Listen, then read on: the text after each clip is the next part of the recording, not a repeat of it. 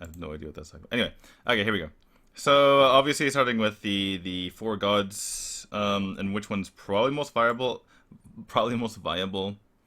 By the way, I'm uploading this to YouTube, so if you want to ask questions, then it'll be on there. As I drink my sake, and talk about the old gods. Sounds good. Anyway, so it seems like Cthulhu is the most likely. Like Cthulhu is like by far going to be the most prominent old god because you can make decks with various classes, and the things that buff up Cthulhu are decent minions in and of themselves, and then there's a few minions where it's like there's a few guys where if Cthulhu's 10 or above or something like that, then ends up being like absolutely ridiculous. Like they're actually like the minions. I think that's what's kind of people are missing. Not people aren't missing it, but the reason why Cthulhu decks are good are most likely because of the minions that are buffed because of Cthulhu being big, and not because of Cthulhu himself. Like Cthulhu is nice. It's a big, huge body, and if you don't have BGH or something to deal with him, then it can be game winning. But the fact of the matter is, like, there's certain cards that are just like massive, or just they have a huge impact on the game because of the fact that Cthulhu is in your deck, and so that can be what swings the game. And then in the meantime, you're playing like reasonable cards like 2/3s and 3/4s and 2/1 would deal 2 damage. So I think like the cards that you play to buff Cthulhu are reasonably statted, and you're not gonna fall too far behind. And then the way you catch up is you play the cards that are buffed by Cthulhu himself, and then from there you can maybe like play Cthulhu later or something. But I feel like that's the biggest thing. Obviously yogg-saron is by far going to be played the least. Well, I'm not the least, but the least competitively. It might be played the most. You never know. It might be played the most, but just for fun. Obviously, it's just actually just ridiculous. Um, and as far as Yasharaj and Nazoth, it's just kind of up in the air. Like people are gonna try to make decks. I don't know how viable they're gonna be though. I mean, I can try to talk about it, but it's just like it just seems like they're too slow, right? Because Cthulhu, the thing about Cthulhu is like I mentioned, the other cards that are OP because Cthulhu is massive, or above 10, I should say. Those are the cards that will help you get back into the game. Whereas Yasharaj is like, it's just kind of like putting, it doesn't do enough. And Nazoth could be something that helps, but I feel like okay. If I were to order things as far as how good they are, probably competitively, I go Cthulhu, Nazoth, and then Yasharaj, and then yogg-saron. I feel like Nazoth has probably a better chance than Yasharaj being competitive. Just because like you can put together certain decks that have death rattles, and then like as long as you're still alive, and you're probably, since you're playing Nazoth, you're playing more control style deck, then it can be a huge swing turn and potentially winning the game because you can't just by the very fact that you're summoning death rattle minions, they can't just like doom or twisting nether or like some massive AOE to kill yourself because they're all death rattles. So it's like it doesn't matter if you kill them because they just give you value again.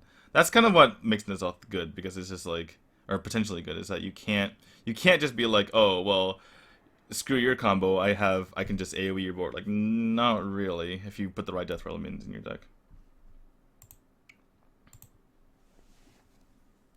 Just play Shaman to the game to just turn 10. If Yogg is almost unplayable, except that is proof of a loving god. I'm playing Yogg first day. Yeah, I mean, a lot of people are going to be playing Yogg, but not like competitively is what I'm trying to say. I wonder if I should try to have chat on the screen. I don't know. Alright, I'll put chat kind of on screen, but you won't be able to see it. Alright, so let's just go to this next part. Neutral legendaries. How's that look? Okay, yeah, so neutral legendaries first. Let me just put chat on the screen so I can read what you guys are saying. I only have one monitor right now. Feels bad, man. I'll get a new monitor soon. I'll get a second monitor soon. Alright, so starting with the legendaries. So Shifter Xeris. By the way, just before I go on too much, I have heard a lot of people start talk about their opinions and stuff. I heard Crip mention all of his opinions. I like what Crip says, even though he's not, he's seen as casual. He doesn't play competitively. Like he's played so much that I feel like he has a really kind of deep understanding, even though he can be wrong sometimes as far as certain things. Like I feel like his opinion is one that should definitely be respected. That said, he said that Shifter's Heiress is something that was a card that would people put in their decks. I just don't feel like I feel like it's too random to work, right? And even if you're playing a control deck, like would you rather rely on like some random ass card, or would you rather put something in your card that you know is going to be good? I feel like there's not going to be enough space in certain in like if you're playing control deck, and if you're playing an aggro deck, it's just not reliable enough. So I don't think. I mean, Shifter Dares could see rent like play it occasionally competitively, but more as like a fun card rather than something that actually works. Chat on Kibla's forehead. Best kind of Cthulhu deck is a mana right for yeah. I should probably hurry up and go through these, otherwise this is gonna take like way too long. If I take like, I mean, there's like 100 something cards, right? So if I take 1 minute on every card, it's gonna take 2 hours. So I should probably hurry up. Not the Dark Fisher. At the start of your opponent's turn, they have a 50% chance to draw an extra card. It's garbage. I mean, there's better. You can just play Wormless Agent. Like, why are you playing a 2-mana 2/4 and giving your opponent a benefit? It doesn't make any sense. Mukla on the Veil. Battlecry, 2 minutes to your hand. Basically, you play this in decks which benefit from having the bananas, like that benefit from spells, like you put a gadgets in, like decks with gadgets in, decks with I forgot what else benefits from having the 2 bananas. I mean, but there's certain basically the idea is it's gonna be like a niche card for like certain decks, but other than that, it's not gonna have obviously much value. You're not gonna just like put it in like a normal like tempo deck. So Hogger, Doom of Elwyn, whenever this minion takes damage, summon a 2/2 Noble Taunt. This is obviously the parallels with Trogzor. I feel like this is better than Trogzor because typically it's very hard to just kill a minion outright. Like you can Shadow Word Death it, but that's priest only. You can like damage something and execute, but then you have to deal with a 2/2, which is annoying. You can hit 2 things into it. You can hit 1 thing into it, but typically you don't have something big enough to do 6 damage. Even on turn 7, like usually you have a bunch of mid-range minions, so it's like I feel like this guy is gonna be a bit better than Trogzor, and I feel like a lot of control decks are just gonna like put him in their deck because it's kind of Sylvanas-esque in a way, right? Because if you're high enough life total, it's just a huge pain in the ass. You're like, oh come on, freaking Hugger. Hugger in 7 minute 88 worst case. It's actually worst case it just dies to Shadow Word Death. So is that? That could be a face under aggro paladin card, but giving opponents cards perfectly bad, probably not. Yeah, I just don't see that. I mean, you could. There's better ways to deal with stuff. I mean, if you happen to go against a class that is able to deal with a 2-mana 2/4, you just lose, and it's just going to be really bad. How can it really be good? But D2 on this? Wait, what? Huh? What D2? Oh, okay. You're with me on this, yeah. I feel like Hogger could be. I don't think it's gonna be put in every deck. It's not gonna be Dr. Boom. So, yeah, Hogger's not gonna be like. It's not gonna be in aggro decks. It's gonna be more control decks. It's not gonna be. I mean, it's not gonna be Dr. Boom-esque like it's amazing, but it'll be put in like a decent amount of decks. All right, Twin Emperor. Why does it say Twin Emperor? Isn't it Twin Emperor? Oh my God, we're already seeing issues with our image here. Taunt Battlecry, if your Cthulhu has at least 10 attacks on another Emperor. And this is exactly what I'm talking about. This guy, if you can, I mean, I feel like you can pretty easily make Cthulhu 10. The issue is like how consistently you can do it before turn 7, because obviously the best time for this guy is like right on turn 7, and how often do you get that? Not always. And then if you're forced to play this guy, like you're playing control deck, obviously you're playing control deck, you're playing Cthulhu, and you're getting like rushed down. How often do you get to play this guy on 7 and have 2, 4, 6 taunts? Or how often do you have to like wait a turn and kind of buff Cthulhu up more? That could be an issue, but obviously if you get this guy down, he's absolutely ridiculous. So I feel like, this is what I was talking about before when, buffing up Cthulhu. The things that will make Cthulhu decks good are guys like this guy, and not Cthulhu itself. Because Cthulhu's going to come down and probably does a bunch of shit, but I feel like you can't just rely on that one card, right? This is like the whole point of the Cthulhu decks are guys like this, where it's just like you play your 2/3s, your 3/4s, your whatever, and you're kind of keeping up, you're kind of slightly behind, but then you go boom, Twin Emperor Veclor, and it's just like, and you're just like, okay, there's the tempo back. I just played two Druid Claws on turn 7. I just basically like innervate, coined out an extra Druid Claw. So yeah.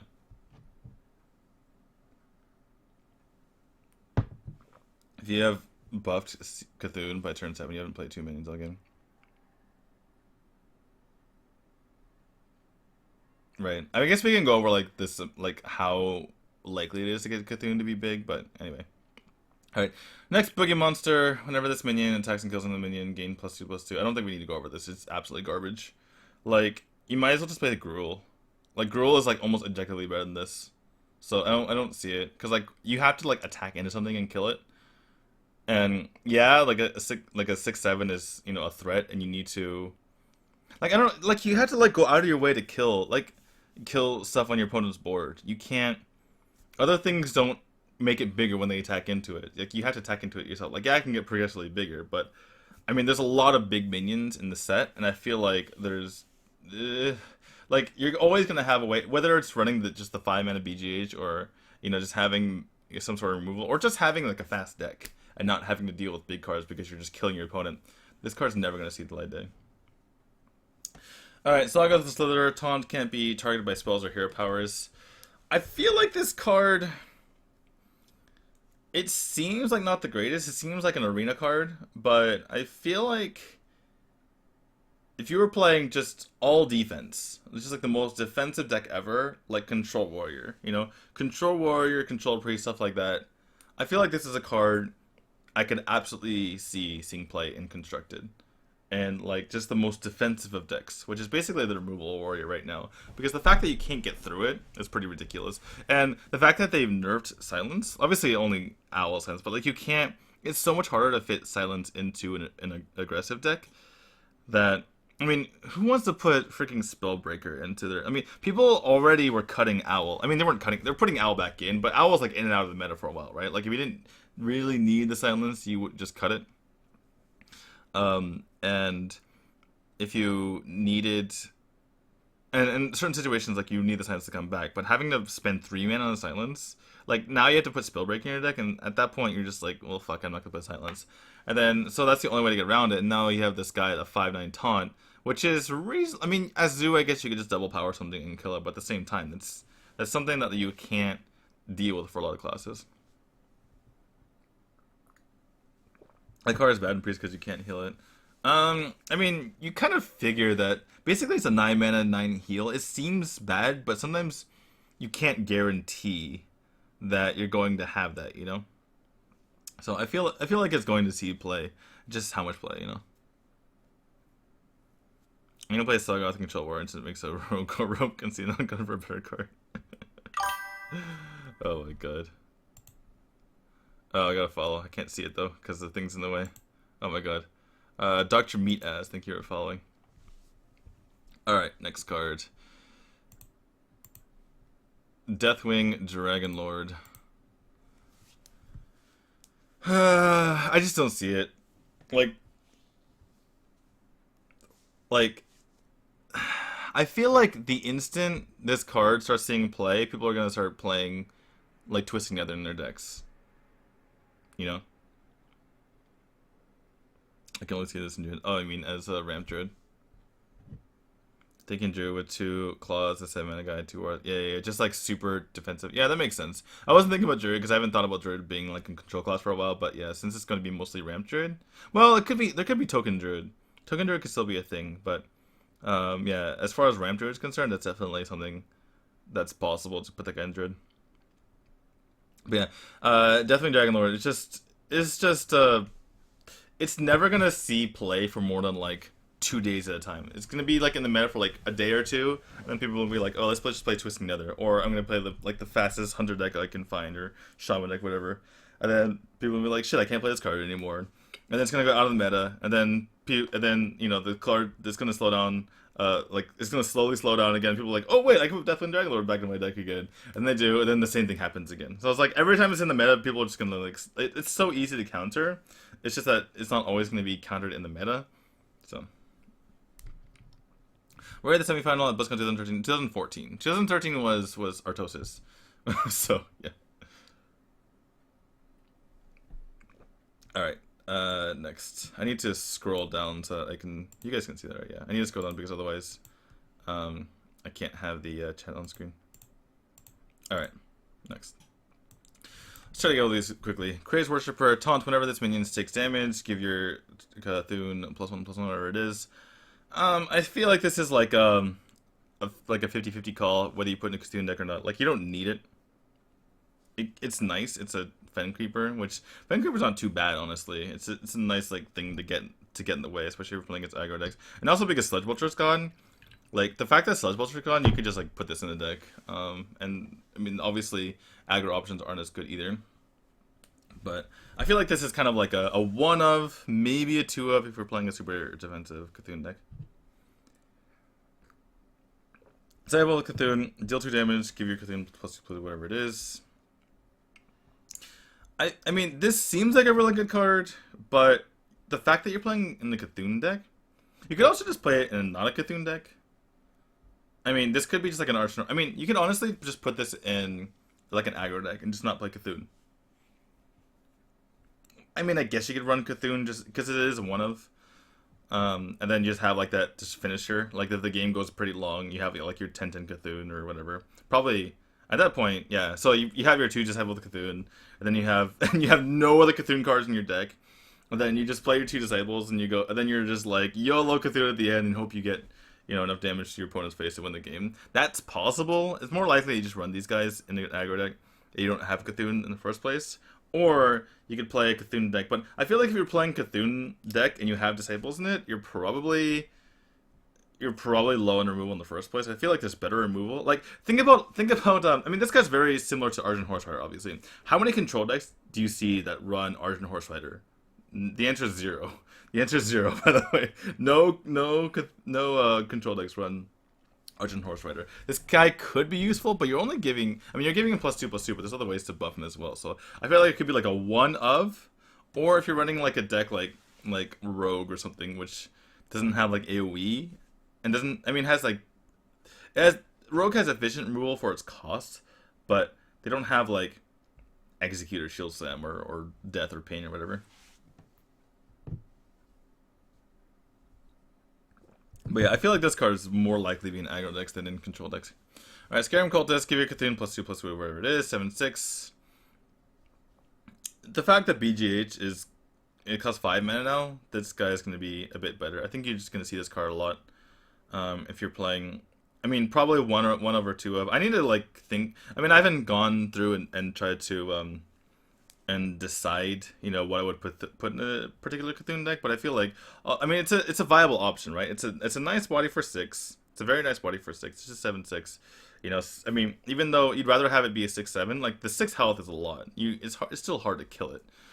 So I feel like with BGH being like shitty now, I feel like this is a card that would definitely see. I mean, if you're more focused on being super defensive as a Cthulhu deck, then maybe you don't run this guy, or you don't really run one of. But I feel like, I mean, I think mid-rangey kind of control Cthulhu decks can be possible, particularly because, I mean, if you guys don't remember, a lot of mid-range Druid decks actually used to run Ragnaros, and it worked because it was just the backbreaker, right? You were dealing your damage the entire time, and then you just like slam Ragnaros, and there's like fuck. I mean, there's Ragnaros in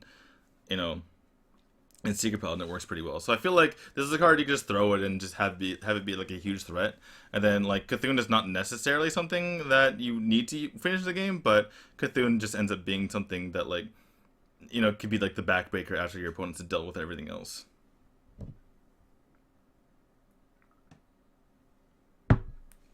So yeah, I mean that's a weird thing about Cthulhu, right? I feel like there's room for mid-range Cthulhu decks, and this guy could be like an annoying guy that you're just like, you're playing your 2/3s, you're playing your 3/4s, you're playing against control deck. He's trying to like deal with all your shit, and you're just like 7/6 cultist, and you're like fuck.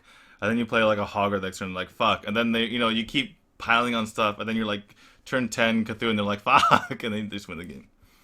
All right, Doomcaller. Speaking of control versus aggro, this is definitely a control card, and I feel like I mean, it is an 8 mana 7/9, which is like that's kind of decent stats. I mean, obviously, it's not the greatest. Obviously, there's a bunch of 8 mana 8/8s, but I mean, if people like look at this card and are like, if it's dead, like, but it has to be. It can't be transformed. It has to just die like as is. It can't be like polymorph or whatever. But it's still like reasonable stats, and you're still making your Cthulhu bigger. I feel like you might run one or two of these if you're playing like a super control deck, but that might be a bit greedy. I don't believe 6 mana 7/6. I mean, yeah, obviously Druid has a better one. Druid has a better 6 mana. That's like a 5/7 or something like that. But not all decks have the ability to play that card. Obviously, since it's not Druid, so I feel like that card it will be. I mean, speaking of Scarum Cultist, it'll be a one or two of. All right, Twilight Geomancer. This is the card that will make Cthulhu control decks work. Because I mean, it's kind of shitty stats, right? Like 2 mana 1/4, but it trades with a 3/2, which is reasonable. It can, if you're playing control deck, you probably have some sort of extra damage. You know, whether even if something stupid like Slam or Smite or whatever, you can still kill off stuff with using this guy, right? And that's kind of the point. He doesn't, or she, is it he or she? I can't even tell. The point is like this guy is not gonna trade perfectly well, which is bad if you're an aggro deck. Like aggro decks, you want to always be having like the perfect trade, like right, like 2/1 into 3/2. But this guy, he's the fact that it's taunt, it just gets in the way, and then like when you play your 2020 Cthulhu out and it's a taunt. And your opponent's like, well, fuck, I don't have any silence in my deck, and I don't have BGH in my deck because I'm playing Zoo. And you manage to survive until turn 10, you're like, boom, 2020 taunt, deal with that. And they're just like, they just, well played, and then concede. So. I feel like this would be amazing. Because, like, the fact that again, it's like, silence is harder to run, BGH is harder to run. If you can get a 2020 Cthulhu, which is definitely possible, like, the Cthulhu is usually like pretty big by the time you're able to play it out, and like you win the game on the spot because of this guy, because of this Twilight Geomancer.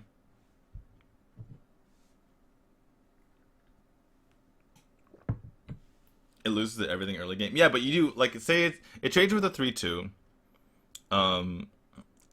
Like if you have if your opponent has a 2/3, then you slam and run this guy into it.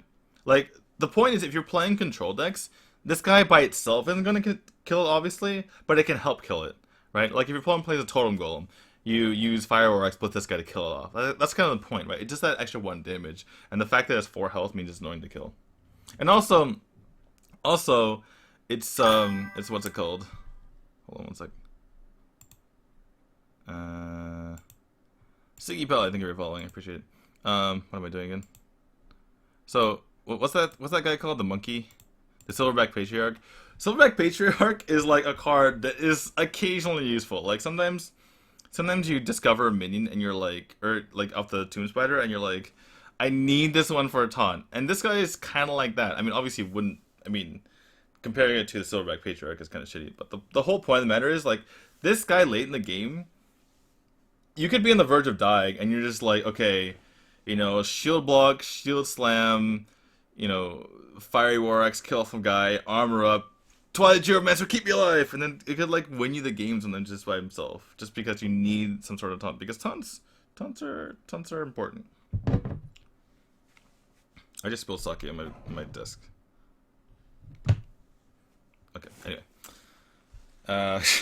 Beckoner of Evil, Battlecry 2/3, Cthulhu 2/2, whatever it is. I feel like this card.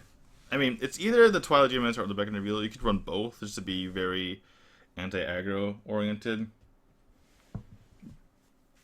The problem with Cthulhu decks is you kind of have to run Beckoner of Evil because like 2+2/+2 is really good, particularly if you run Twilight Geomancer. I need to like kind of look at what you possibly run a Cthulhu deck because you can't run all these guys obviously, but some sort of mix of Beckoner of Evil or Twilight Geomancer or Scarum Cultist are decided with Cthulhu. But, I mean, 2/3 is, like, reasonable. And like I said, even if it doesn't kill stuff, you can use it with Fireworks to kill stuff. Control didn't play, no, I tried to feel like way better. It sometimes did. And by the way, you don't know what's good now as opposed to before. Because, before, in, like, pre-standard, you didn't know I mean, there's certain cards you just couldn't play just because, you know, the cards were too OP. Like the cards in the set were too OP. But now there's like less good cards, so maybe you can get away with it. Alright, $12 at the end of turn, give your Cthulhu +1/+1, whatever it is. I feel like this card is much more likely to play than Beckett of Evil, just because 3/4s are better than 2/3s, because 3/4s kill 3/2s and 2/3s. 2/3s don't really kill one. I mean, killing 1-drops isn't like that big of a deal, because you don't always see 1-drops. Obviously, if you run to an aggro deck, Beckett of Evil will be good, but I feel like Twilight Elder is going to see a lot more play than Beckett of Evil, even though it's just +1/+1. Cthulhu Servant, Divine Shield, Battlecry, give your Cthulhu +2/+2, whatever it is. This card is kind of annoying to deal with. I mean, it's obviously just a bigger... The whole point of the matter is, like, it's playable, right? These are all playable. I guess I can't really comment on which ones are the most playable as far as the Cthulhu deck is concerned, but I feel like all these kind of fall into the range of... Like, you can definitely play these guys, and... in a Cthulhu deck, depending on what kind of meta it is, you know? Like, if it's a faster meta, you go Beckett of Evil, Twilight Geomancer. If it's, like, it's a bit of a slower meta, you go Cthulhu Servant. Because, I mean, dealing the extra 2 damage is a bit hard, and it trades up pretty well. It's pretty annoying.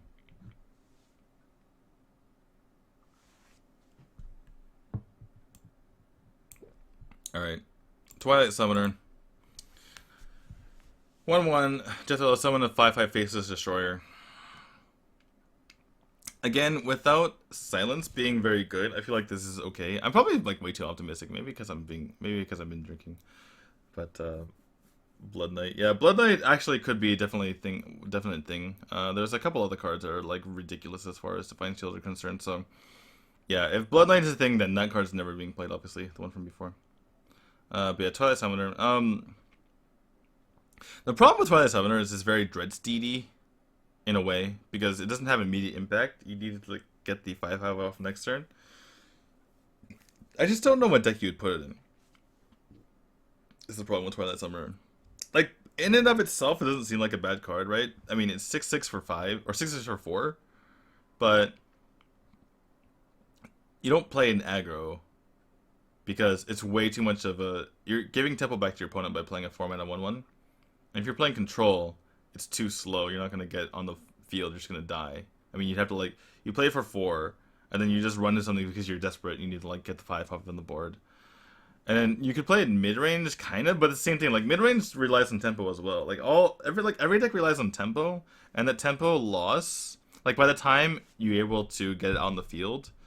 Like, yeah, you can play, like, a 5-mana minion and a 5-mana minion. Like, the thing is, I feel like you have to play a 5-mana minion after this, or else you just, like, lose the game.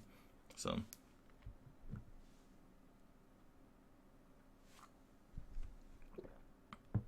Hockey King, Mackenzie. Like, I can't say I've watched too much from Mackenzie, but I watched her a couple times, so. And isn't she the one with, like epilepsy or something? Anyway, so let's just go to the next one. I mean, the point is, I just don't know. I mean, you guys can prove me wrong, try to make Silent Summoner work, but I don't see it fitting in any sort of deck. Hey, dude, this card is tempo gain if you're playing around AoE because your alternative's not playing anything. Yeah, that's true. That's true. But then that's assuming that you're already ahead, right? So I guess it's kind of a Nerubian egg, but it's a very expensive Nerubian egg. That's kind of the problem, right? Like, if this guy were... Like, I feel like this guy would be better if he were, like a 3-mana, 1/1, summon a 3/3 Faceless Destroyer. Even though you're losing a lot of stats there, it's still, like... The 4 mana is so expensive. It's really painful to spend 4 mana on that guy.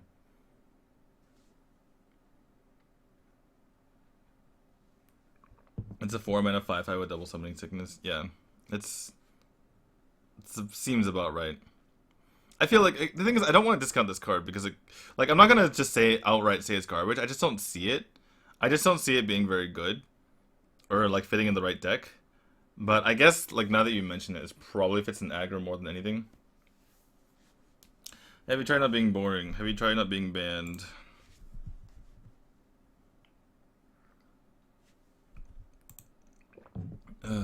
Alright. Anyway. So, Cyclopean horror. Let's go next. I mean, I just put back to Twilight Summoner. I mean, it could be fine, but I just don't see it right now. But I'll gladly be wrong on that one. Cyclopean horror. Taunt Battlecry, gain +1 health for each enemy minion. I feel like it's too situational. I mean, if your if your opponent has that many minions on the board, then it just dies anyway because your opponent has that many minions on the board. I mean, really, the only time it would be useful is if you're playing, against a paladin who's just like spamming 1/1s the entire time. But then again, he probably has like equality in his deck. I guess he wouldn't use equality on this though. But like shaman, same thing. Like if they're just like spamming like taunt totems, then like you don't really need to play this guy anyway because you're not gonna die because he doesn't have any much power on the board. So I just feel like it's super situational. If you're playing against aggro, like it's just not like most of the time it's gonna be a 3/4 for 4 taunt, maybe a 3/5, maybe it's a toss dingo, but I just don't think it's good enough. It's just way too situational, I think.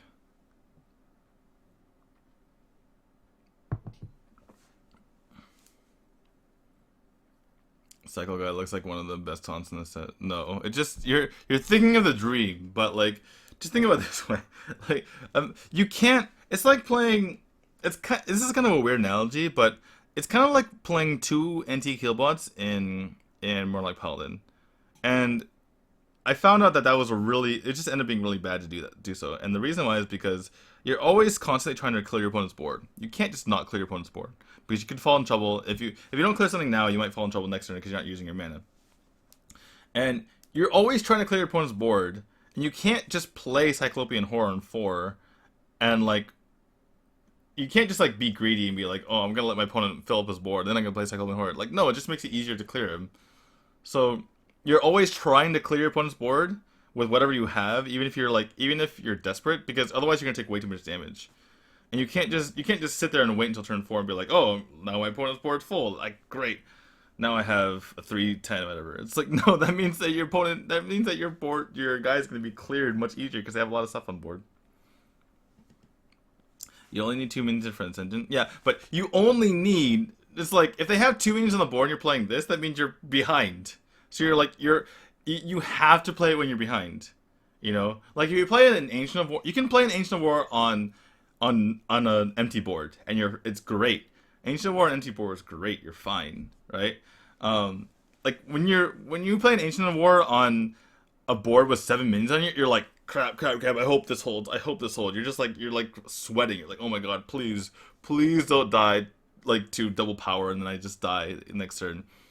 Like every other taunt is fine by itself. You just play it on the field with nothing on it. If nothing else on your opponent's board, you just play this as a 3/3. You're basically playing a Dread Corsair.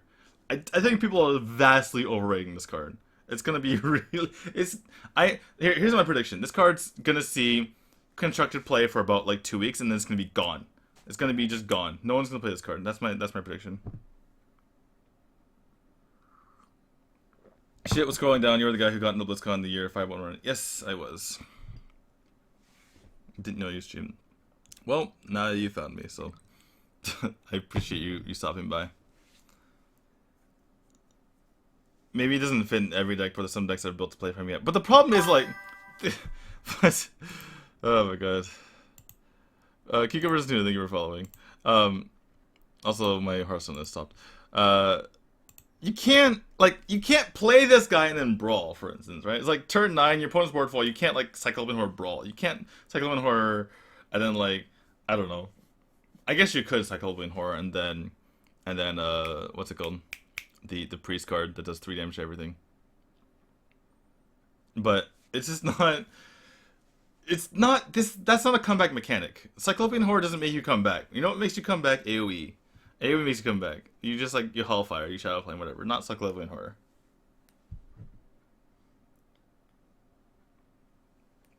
What if the meta is that weird that you need to play Senjin in this too? Alright, fine. If Senjin is like a Senjin might actually be played a lot now that there's like a lot of the cards are gone, but it would have to take that. Like there would have to be a situation where Senjins and this are played because you would never. I feel like you're never gonna play this and Senjin. It's just you're too far behind that point. Anyway, I spent too long. Face the Chamber, Taunt, Battlecry, copy of friendly minions attack and health. This is like a weird card. I don't know. It's hard to know like how to use this card because you're only getting their attack and health. You're not actually getting their abilities, which is why Faces was good in the first place. And also, it's a friendly minion. So, like, Faces, the reason why Faces was a good card was because you could just copy, like, your opponent plays Rag, and you're like, and then you copy your opponent's Rag, and you're like, please, please, please, please. But you can actually, like, catch up on the board that way, right? And it's, like, multifaceted. If you're behind, you can just Faces you're the best minion for your opponent. Whereas this is like you only can copy a friendly minion's attack and health, so it's like it's very just again it's situational. It's too situational. I just don't see it really working. Grammar, I think you were following. Alright. Deathman, yeah. Alright, let's just go. Let's just move on. I mean, I guess I'm trying to go through this quickly, so if I'm wrong about a few of these things, then I guess I'm okay with it. Alright, next one. Dark Speaker. Battlecry, swap stats with a friendly minion. I don't see this being good either. I mean, it's reasonable. What this does is, like, you can turn, like, a totem, for instance, into, like, a 3/6 charge, which is very powerful, but the fact that you lose the stats in your guy also is problematic.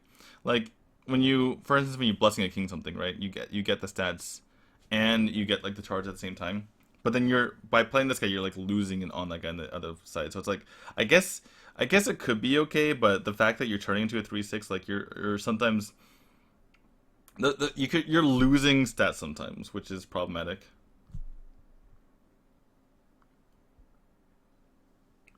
Dark Speaker is a Shaman card.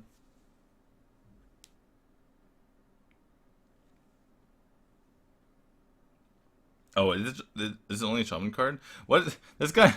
What is with this guy who made this GIF thingy? What the heck? Or not the GIF. I mean, whatever it's called, the picture. It's only a Shaman card. Is that? You're 100% sure?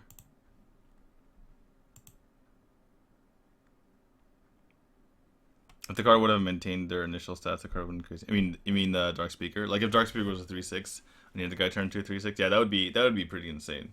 Especially in aggro decks, that would be insane. But the fact that, like, the Dark Speaker comes on the field and just turns into Weenie anyway, so it's kind of like say you turn like a 2/2 into a 3/6, which is I feel like that's a normal situation, right? Because you want your guy to get bigger. You almost certainly don't want like a bigger guy to get smaller.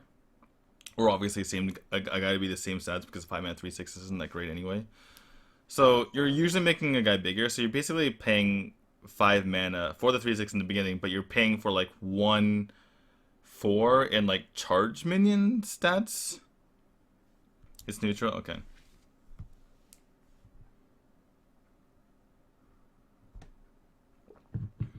I mean, yeah, I just feel like Faceless is better than both of these cards. I feel like Faceless is still good. I think Faceless, that's the one thing to consider as well, is like Faceless might make a comeback just because like the cards are worse now. But yeah, anyway. Validate Doomsayer, it's already turned and set yours into attack to 7. This is definitely an aggro card by far. It can't get BGH obviously, but I mean BGH is not really a thing anymore. But the whole point of Validate Doomsayer is that you have a board, and then you put this guy on the field, and it's impossible to kill. You can't. I mean, you can Shadow Word Paint it, but you're Shadow Word Painting a guy or you're Shadow Word Painting a guy while leaving the rest of the board intact, right? So this is definitely an aggro card, and you're just like, oh, I'm gonna have a 7/7 next turn. You better do something about it. Like if you cannot play this in control, mid range maybe, but it has to be like a faster, like in between aggro mid range, kind of like Secret Paladin, that kind of thing. It would be like aggro or like between like mid range and aggro kind of, or else it's just not gonna work. But I feel like this guy could be a card. I feel like this guy could be definitely like really powerful because if your opponent doesn't have anything on the board, you just like drop Val to Doomsayer, and like that's what I'm talking about. It has to be aggro, right? If you're playing control and you just drop this on the board and your opponent's like, I'm just gonna kill it for free, then it's horrible. But if you're playing aggro, it's really good. So it's just like how often can you fit this in aggro? And I think that since a lot of the cards aren't as good anymore, I think it's definitely possible. A Cabal Dream, yeah. Well, maybe Priest will be really good. You never know. Maybe Priest is just like the bane of like all these aggro decks. Isn't Siegen just better? No, because you could have like two minions on the board. You have like a knife juggler, and like you have like a knife juggler and an inking boss. Inking boss is still playable, right? Black Creek Bone, yeah. You have like a knife juggler, inking boss, and then you just go Valdu Doomsayer, and you can't play. Sea Giant would cost 8 then, but then Valdu Doomsayer guaranteed. You just throw it down, and then you have a 7/7 next turn, and it can't be killed by Shadow Word Death. And meanwhile, your opponent's probably already used like Shadow Pain or something else. Sea Giant's necessarily better because you don't have implosion. So he doesn't. I mean, there's no implosion. There's no. There's a few things that aren't. I mean, there's no implosion. There's no Hana Creeper. It's a lot harder to get Siege on the board nowadays. All right, I'm gonna finish up until Ancient One, then go to the bathroom because I've been drinking sake and it makes you go to the bathroom. Anyway, Ancient Harbinger. At the start of your turn, put a 10-cost minion from your deck into your hand. When I first saw this card, I was like, this card is like insane. It's like now I get to play Cthulhu decks, but it's at the start of your turn. It is kind of hard to kill. 6 mana 4/6 is like obviously pretty shitty setted, but I mean it's 6 health. If you're ahead, it's hard to kill. If you're behind, it's horrible. The biggest problem with this card is that you want to be playing like a mid-rangey kind of like tempo-y sort of Cthulhu deck, and if you're doing that, you just lose tempo by playing this card. So at the end of the day, I don't think it's worth it. I mean, in particular because like earlier we saw things like like I'd rather just play the Emperor Veclor. I'd rather play Emperor Veclor. I'd rather play like other mid-range minions than have to rely on this guy to get. I don't need Cthulhu in my hand, right? If I'm like relying on Cthulhu to get in my hand, then I'm probably not the greatest one. I guess that'll said, I probably only play this in like control decks because it is draw a card, which is like pretty nice.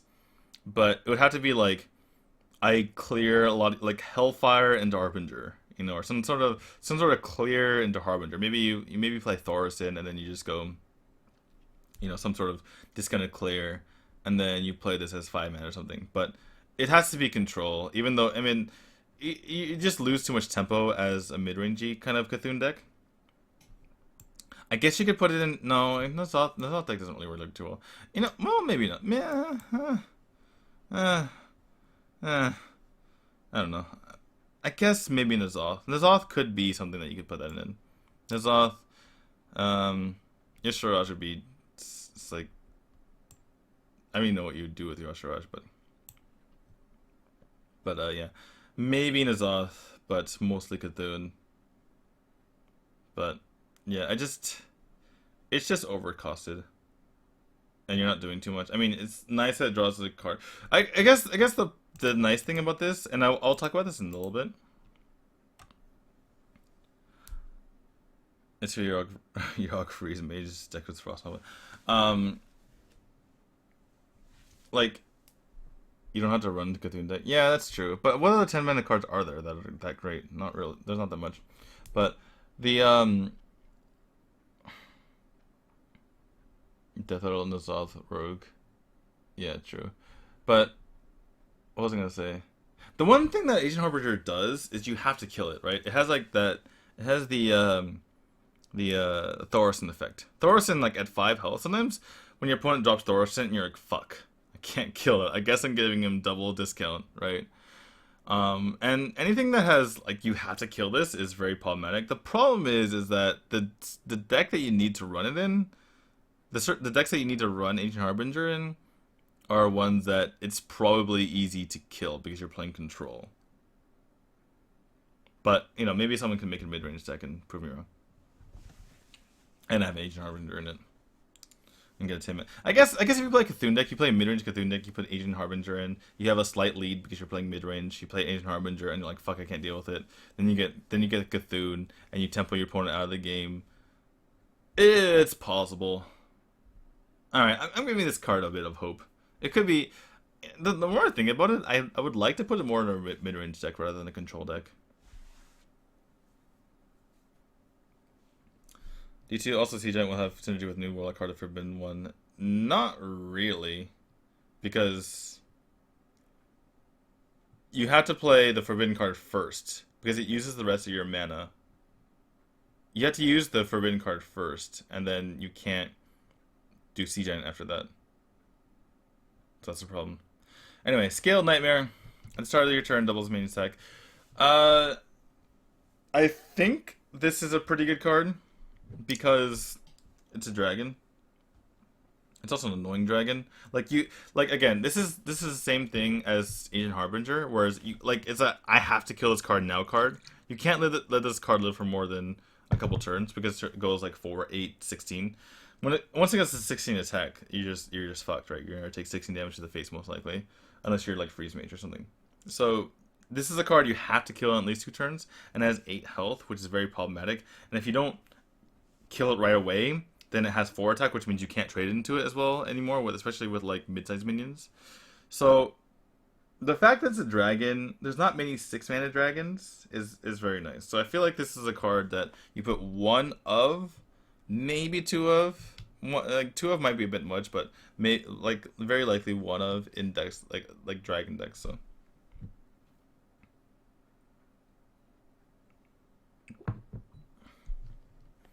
But yeah, the point is that the biggest thing about this card is it's 6-mana dragon, which is like doesn't exist so far. All right, next one, Blood of the Ancient One. Not much to talk about. I mean, 9-mana 9/9 is not worth it. You don't want to play 2 of them because you don't want 30/30 anyway. It'll be a fun card to play to just it'll be in a trolling video one of these days because like a bunch of people are gonna try it out and it's gonna eventually work. But I love how the Texas dies a big game hunter, by the way. Um, but it's just not. I mean, I was thinking about this the other day, and I think I mean most people know this already, but bigger minions, the bigger the minion, the more the bigger the minion, the better is the split up. Like for instance, the Twin Emperor Veclor. You'd rather have 2 4/6s than one 8/12. Like every time. So the fact, like, you don't want the 30/30. You want 2 9/9s. You want 2 9/9s on the board. You don't want a 30/30. It's actually better to have this. So it just like doesn't make any sense. But one day we'll see a trolling video. All right, I'm gonna go to the bathroom. Be right back. We'll continue after this.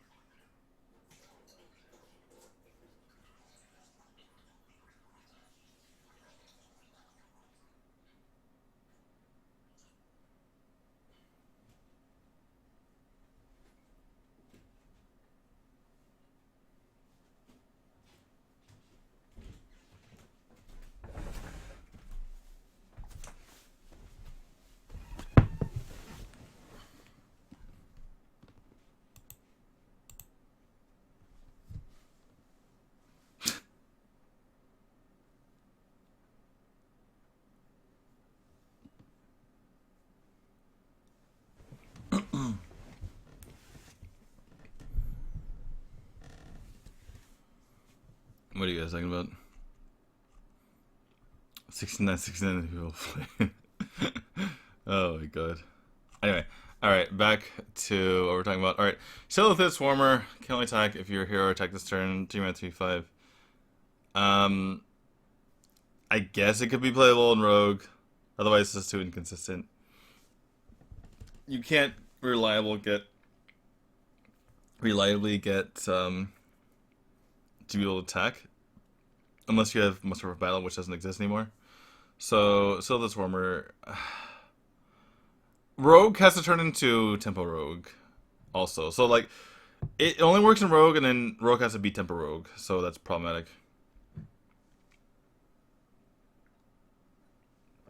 And the thing is, like, people don't realize that. Well, I mean, people do realize, but maybe people underestimate the fact that like cards have to be able to hit face. Otherwise, no one cares, right? So, like, yeah, you could equip a weapon as like a warrior or something, or whatever card, whatever class has a weapon. Maybe you could play Druid, but Druid, like, you don't want to spend 2 mana. Like, then this card all of a sudden costs like 5, or 7 or whatever. Like, the more and more you use your Druid power, so it doesn't actually count for Druid. But, um, yeah, you can like attack with a Fiery War Axe, and then you can like kill something with this guy. But if he's not attacking your opponent every single turn, then if he's not attacking your opponent's face every single turn, if your opponent has nothing on the board, then you're fine. You just like leave it. It's almost like having nothing on the board. Like it has a potential to attack, but you're not. It's not actually attacking you. So say you're playing against a mid-range warrior deck, which maybe could be a thing, and you're the opponent, and you're playing control, and then you see he has like a Fire War Axe with 1 charge, and he has a Silithus Worm on the board. And you're just like, and you're not gonna deal with it. You're not gonna use Shadow Repay on that because you're not gonna be attacked by it anyway. Who cares? Like, maybe if you want to protect something, then you kill it first, but otherwise you just sit there, and like the fact that it's doing no damage to you is a really big deal, so it's a rogue card or not. Anyway, next one. Eater Secrets. Destroy all enemy secrets. Gain +1/+1 for each. So it's a 4-mana 3/5 potentially. Otherwise a 4-mana 2/4 if your opponent doesn't have any secrets. It's situated. I mean, this is a pretty easy card to go over, right? Like, if there's no good decks playing secrets, then you don't play it, and if there are, then you might play it as like a sort of Kazan. I do like the fact that it's not like if your opponent has two secrets, you don't like 50/50 it like Kazan does. It's more like a flare, and if your opponent does have. I mean, the nice thing about this is that you actually get a good body. So I think this is a better tech card than Kazan. I always make fun of Kazan because like the fact that it had 3 health was so bad. It was so bad. Like you couldn't play it like ever. I'd rather have a 2/4 than a 4/3 honestly. A lot of time, especially because like because 2/4 is much better against aggro. So yeah, if secrets are very popular, then I feel like this card's gonna get like immediate play, rather than just having to deal with it in other ways. But other than that, they're not gonna put in the deck. Worse than Kazan. No, it's not worse than Kazan. It's better than Kazan. I think it's better than Kazan because if your opponent has a secret, it's 3/5. If your opponent doesn't, if your opponent has, like, you can just play this as a 2/4, and that's better against aggro than a 4/3. Like you don't, if you're playing against control, it doesn't matter anyway. Like 2/4, 4/3, who cares? It's just gonna die. So if you're playing against control, then it doesn't matter. If you're playing against aggro, the 4/3 dies so easily that's like not worth playing. That one health is a big deal. Stealing so much better. No, no, you guys are wrong. You guys are wrong. You guys are wrong. I'd rather have a 3/5 eat a secret than have like a random secret that doesn't like actually do anything. Most aggro decks that run secrets can deal with the secrets themselves.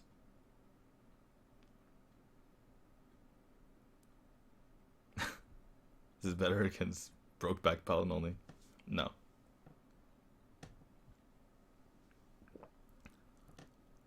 If you get a massive guy out of this, then it's like amazing.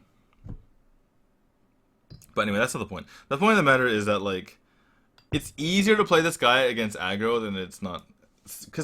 Having Kazan in your deck will single-handedly lose your games against aggro. Whereas this guy, you can at least play him as a 4 health guy and kill aggro minions for 2 turns. Whereas Kazan will never kill 2 aggro guys.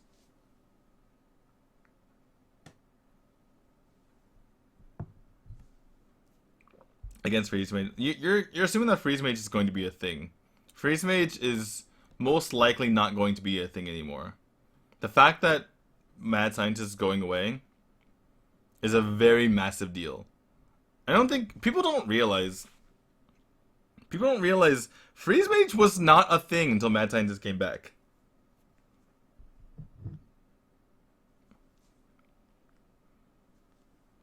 Like freeze mage was not a thing for a long, long time. And then people realize, wait, with mad scientist and then with Thorson, I can make something happen. What if I told you both of them are bad tech cards? I feel like I'd rather play Eater Secrets than Kazan though. I mean, that's just how it is. It's better against aggro by far.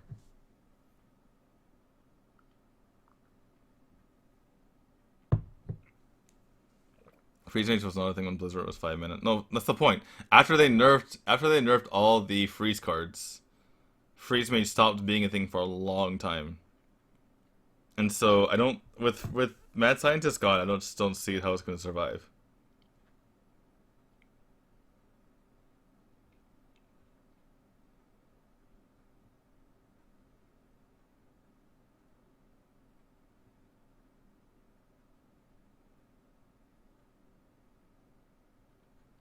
Okay, if you have to spend 3 mana every single time, like, good luck against the new zoo without Mad Scientist. You know how shitty it is to have just two drops that can trade into stuff as Freeze Mage? Freeze is better in the slow meta. Not necessarily. Not if your opponent's healing for 10 with the new priest card, or armoring for 10 with the new warrior card, or just killing you. It's just freeze is not going to be a thing, and it's not going to be, and it's going to be a niche card, a niche deck. It's going to be back to tier 3 again, and like people are going to occasionally play it, but it's not going to be. It's not going to be like close to what it was. Nova plus Doomsayer Rex the new zoom in. Right, but then what do you have after? Well, like, how do you Nova plus Doomsayer, but the fact that you don't have Mad Scientist means you've already taken 15 damage.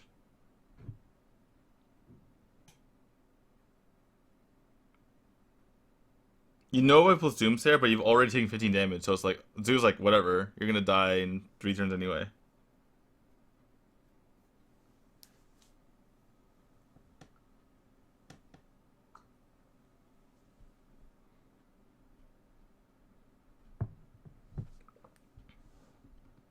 Like you have no, you're just like, I hope that one of my 2 loot hoarders comes. I hope that one of my 2 loot hoarders comes. Otherwise you're fucked on turn 2. There's nothing you can do in turn 2.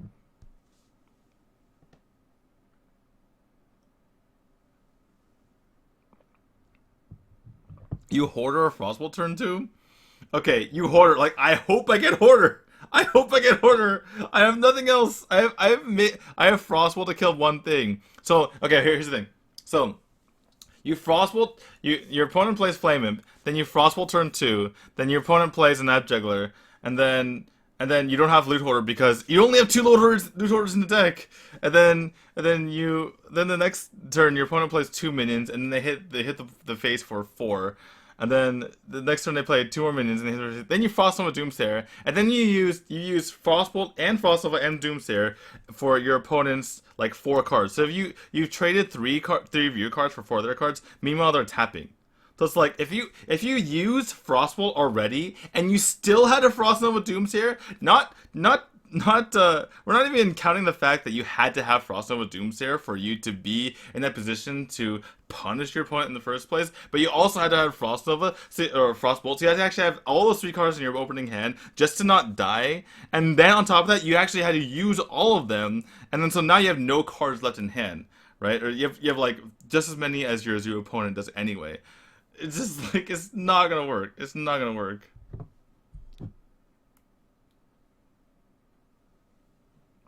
Zeus still playing Juggler. Zeus probably gonna still play Juggler.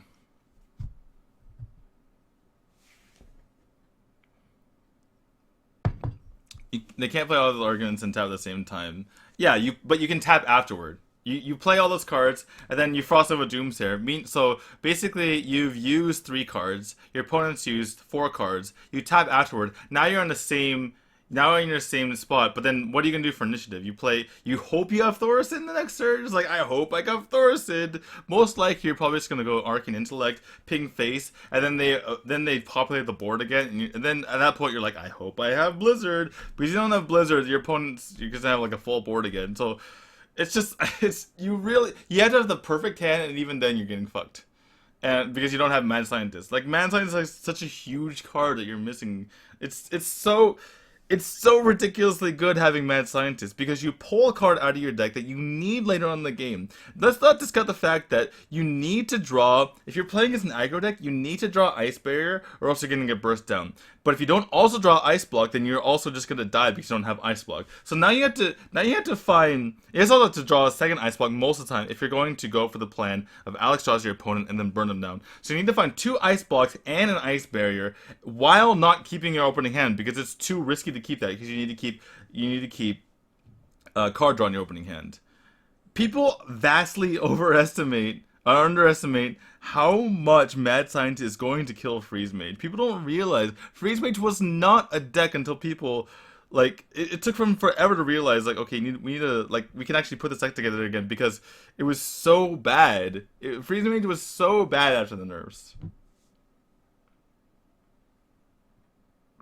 You survived turn 6 you have 4 reliable tokens. You have 4 of them, really? You have four of them. So if you have, but you need all 4 of them because you play Blizzard, they fill the board again. Then they play, and then if you happen to have Flame Strike at that point and they fill the board, then finally the zoo is out of cards.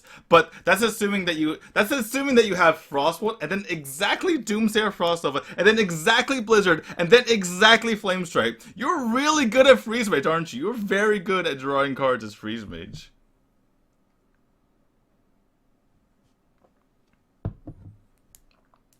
Anyway, you try to play Freeze Mage after this. You try to play Freeze Mage after this, and you prove to me that Freeze Mage is still a thing because it's going to be very hard. It's going to be very hard to play Freeze Mage from now on. Freeze Mage's already beat Zoo like 60-40. It's like not even, and Zoo doesn't even always run Lothab. Like.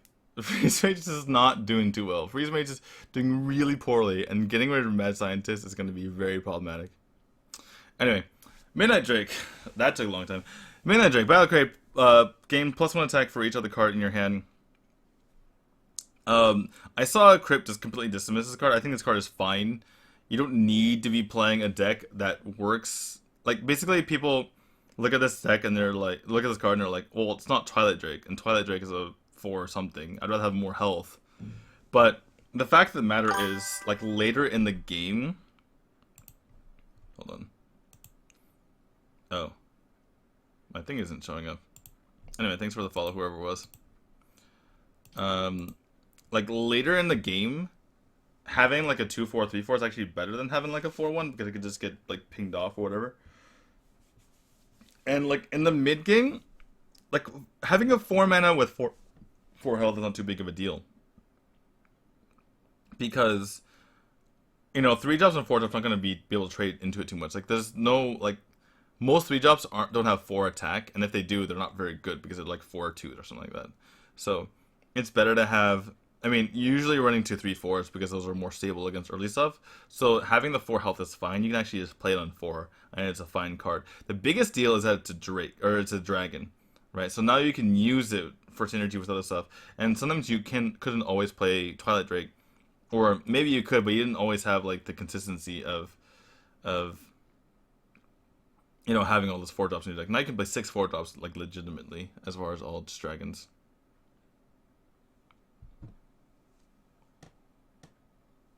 All right, anyway, Blackwater Pirate. So the biggest thing about Midnight Drake is the fact that it's a dragon. It's a reasonable card. You can play it. It's probably going to be a 5-4, 6-4. It's a thing. You're playing control, but it's also something you can like pressure opponent as well if you're playing kind of like control versus control, or you're playing like kind of a mid-rangey dragon deck versus control. The point of the matter is that now that this is a 4-drop, you can have You can actually play like mid-range dragons, not be priests. Goblin Sapper was better than this dragon. No, it wasn't, because it was you never Goblin Sapper was never more than a 2/4. Goblin Sapper was never more than a 2/4. Your opponent always like had either your opponent was playing control and it's very easy to deal with 4 attack or 4 health, or your opponent was aggro and you played a 2/4 and it was just shitty. But this guy's usually going to be a 5/4 or 6/4 if you just play it on curve. Just look at if you've ever played Handlock, like whenever you play Handlock and you play a card every single time, it's always going to be a 4/5. It's going to be 3 or 4/4. No, it's not. How often? Okay, how you know how hard it is to get it so you have 3 cards by 4? How like you know how hard it is like by the time you get to turn 4 to get to 3 cards? If you go first in your hand, Mihaisin, can you stop like misreading stuff? Oh my god. Jesus Christ. It's not opponent. Oh my god. Mihaisin, stop misreading shit. Okay. Alright, next card. Black Fire Pirate. Your weapons cost 2 less. I don't think this is gonna work because the best weapons are in Warrior. I don't really see, Pirate Paladin being a thing. I mean, Rogue doesn't actually have weapons to play anyway. So, and Shaman, no. So it had to be Pirate Warrior, and then at that point you're spending too much. I mean, you're just not getting enough out of it, right? Like, say you get a Fireworks Fireworks is one of the best cards in the game, right? And you play this 4 mana 2/5, then you get a Fireworks out of it. That's pretty good. It doesn't automatically win you the game. It's not even that much better than just playing the Rapid Weapons with, which is not even played at all anyway. Alright, Cup to Heal Bot, Death Rattle, restore 8 health to any hero.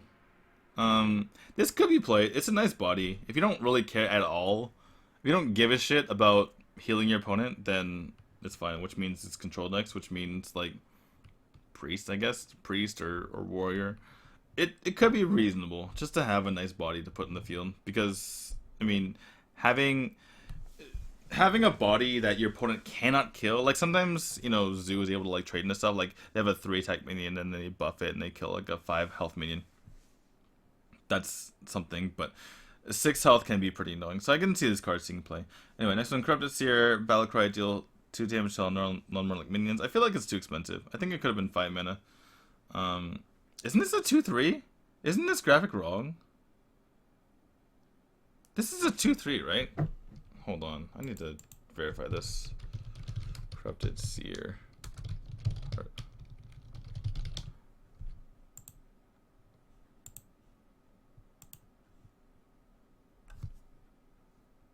It's a 2/3. I was right. What the fuck? Why is this thing wrong? Wait, who put this on? Who put the 4 on there? What? Okay, guys, you need to point out. You guys need to point out when this thing is wrong. Anyway, the point is, this guy is too expensive. It's like Demon Wrath plus a 2/3 for 3, which is not that great. So, and if you're playing Murloc deck, you're probably going for like the synergy and just trying to kill your opponent. So yeah, I don't think it's gonna see play. Someone can try to prove me wrong. I just don't see it. Anyway, 10 on this off. Death Rattle deal 1 mid damage to all minions. It doesn't do enough. And my sake went out. I feel very sad. I mean, I have a little more. Okay, a little more sake. We're okay. Deal 1 damage to all 1 minion. It just doesn't do enough. I mean, Explosive Sheep was occasionally played, but not always. And I feel like this card, it doesn't do enough. Like, on turn 3, if you, like, mage ping it, you're like, okay, well, I dealt with some stuff, but not even close to everything. It just doesn't do enough. Beyond Amcon Ranger. Oh my god. Alright, Zealous Initiate. Death Rattle give it a random failure minion +1/+1. This could be in Zoo. And especially given like the order of things, like sometimes you try to like if you have it on the board, um, then it could bust something else up out of range of AoE and stuff like that. So I feel like this could be a zoo card potentially. Not guaranteed, but it could be a thing.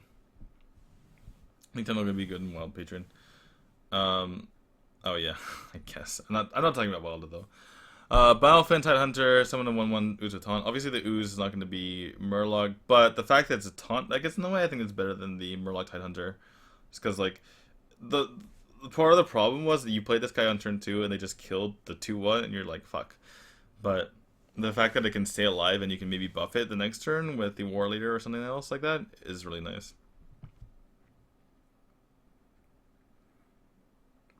There's enough good 1-drops. Yeah, but maybe you could play like a super aggro version, but like 10 1-drops instead of just 6. What's wrong with Wild? I don't know. I don't want to play Wild. Sorry. It's like very arena.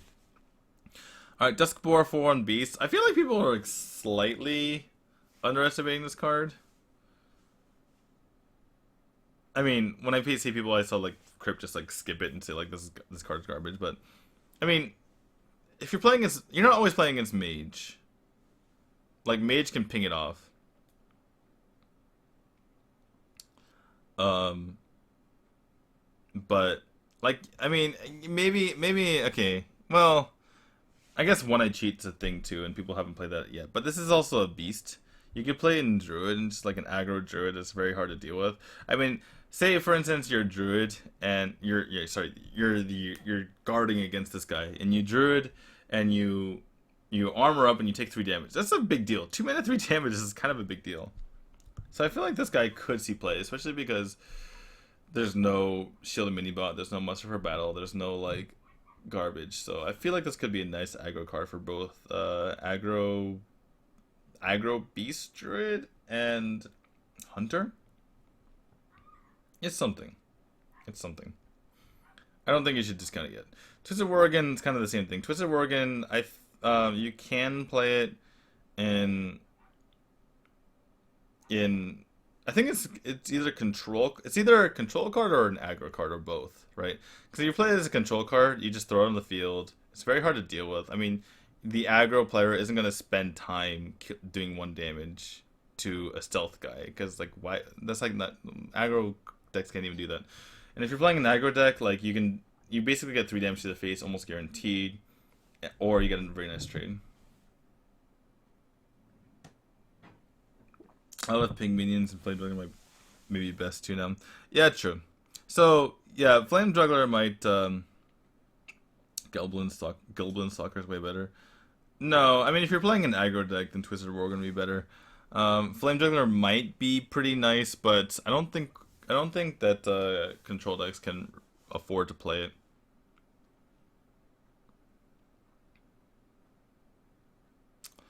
Anyway, Brood N'Zoth, Death will give your minions +1/+1. This is a very hard card to talk about, just because it could be really good or it could be just meh. And the card that would be amazing with it is the Warlock card, the Forbidden Ritual. Right? Because I mean, there's no other way to like fill the board like immediately. So like you play, and we saw this on the stream. Like Dean played it, right? Dean played Forbidden Ritual with the card, and it was just like amazing. So what you do, you have Brood N'Zoth on the board, and your opponent has to deal with it. Like say they're playing like control deck, you're just like, well, you just play like I mean, to be fair, some 3-drops, it's not too hard to deal with it because it only has 2 health. But it's just like, anytime you play a card that says you have to deal with this right now, like sometimes, like say you're playing Handlock, right? You're playing Handlock, and you go, okay, turn 2, tap. Turn 3, it's like turn 3 is like, well, he has something on the board, whatever, I have Hellfire in hand, I'll just Hellfire next turn. But if they play Brood N'Zoth, now you have to kill it, and now you don't have Dark Bomb. So you have to kill this freaking Brood N'Zoth, because if I don't kill this Brood N'Zoth, then he can, or if I just play some stupid minion, then my opponent can Forbidden Tentacles and just make like a massive board.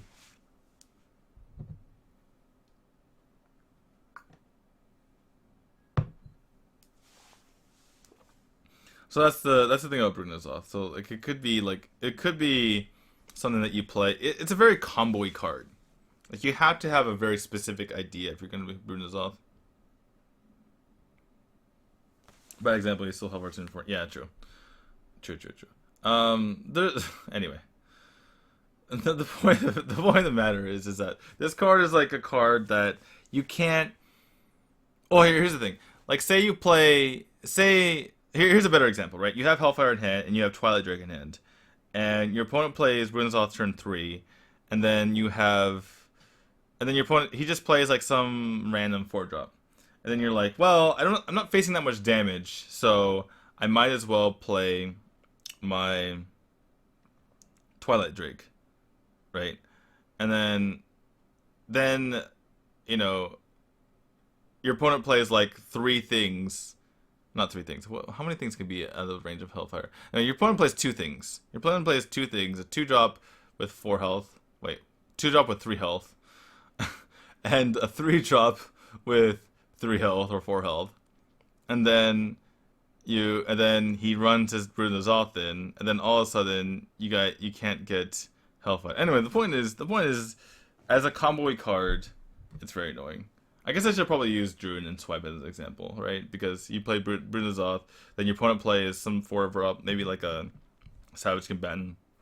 You run your Brunizoth in, or sorry, you play your Forbidden thingy, and then you run your Brunizoth in, and all of a sudden you can't swipe it anymore. So there's that.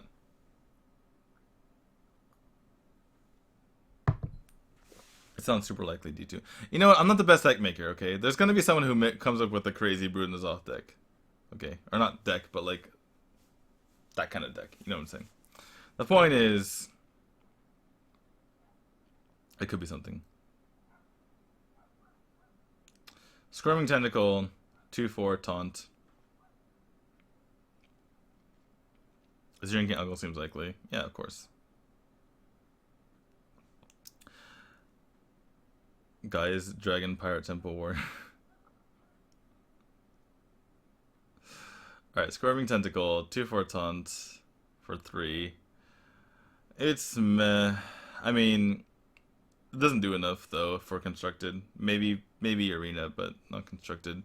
Doesn't do enough. You'd rather have like a 5-drop from before. You'd rather have the faux Fen Creeper from before. Anyway, Amgam Rager. I know Discodan wants me to talk about this, but I don't know. It's just it's really, really bad. Infested Tauren, Taunt, Death Rattle Summon 2/2 Slime. I think people have talked about this already. It's not that great. It's basically a 4/5 witch build up, and this is what I was talking about. It's basically just what's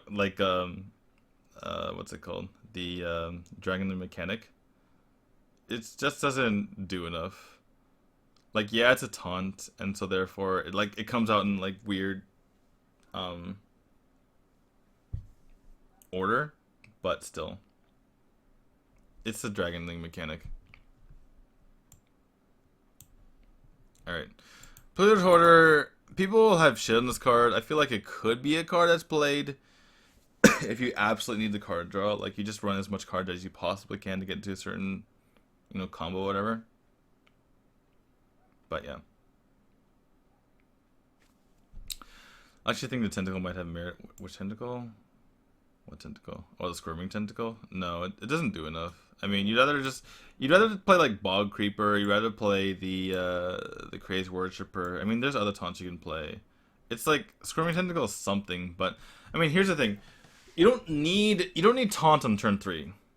You need you'd rather just play a 3/4. You'd rather just play Twilight Elder. Right, you'd rather just play like anything. You'd rather play something that contests with the board.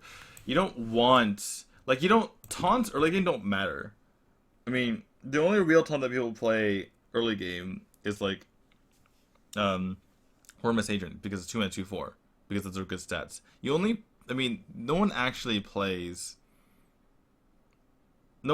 going to play like an early taunt for that reason.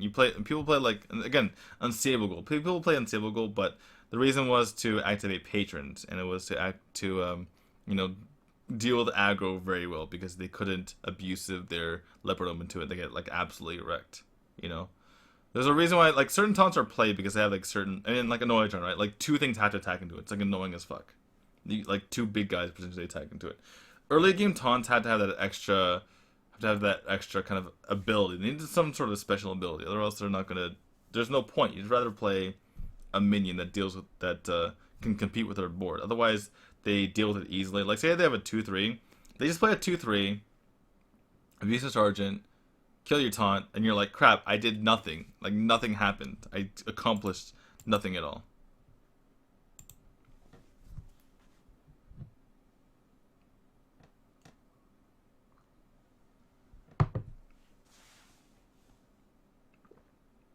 The reason Brand's play as well as Dukes is 3 jumps aren't really contested in that deck. Also, because Brand is a card that you had to kill right away. That's kind of a problem. If your opponent has to go out of your way to kill Brand, it's shitty for you, or it's good for you. Lens Carrier is actually a super underrated card, but the 2-mana slot is impacted. No, it's okay. It's not. Maybe it's underrated, but I don't know. Anyway, Aberrant Berserker, Enraged. Okay. This is incorrect as well.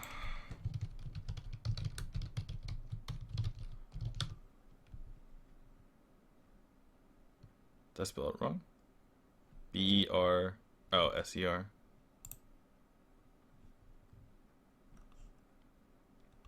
I thought so. Like, I was looking at this card the other day and I'm like, what? Like, a 4-mana 2/5 red? That's horrible. What the fuck? Why is this so wrong? Guys, you need to let me know if these cards are wrong. Anyway, Aberrant Berserker 3/5 for 4. Enraged +2 attack. Still not very good. It's not worth playing, but much better than 2/5. Anyway, Evolve Cobalt Flood +2. You'd have to play a very. It has to be. There's no way you'd run this unless it was like a super combo deck. Like you'd have like specifically involving it, like you're like a mini Malagos. Otherwise, there's just no way. Cult Apothecary, Battlecry for each enemy minion, restore 2 health to your hero. Isn't this Shaman? This is Shaman. What? Oh wait, no. This is what am I talking about? Shaman is I'm getting confused. I'm getting drunk, guys. Shaman is this guy. My god. Halaziel, that's that guy. Anyway, my bad. I'm an idiot. I just like completely forgot about this card because I disregarded it. Anyway, Cold Apothecary, really bad, really bad.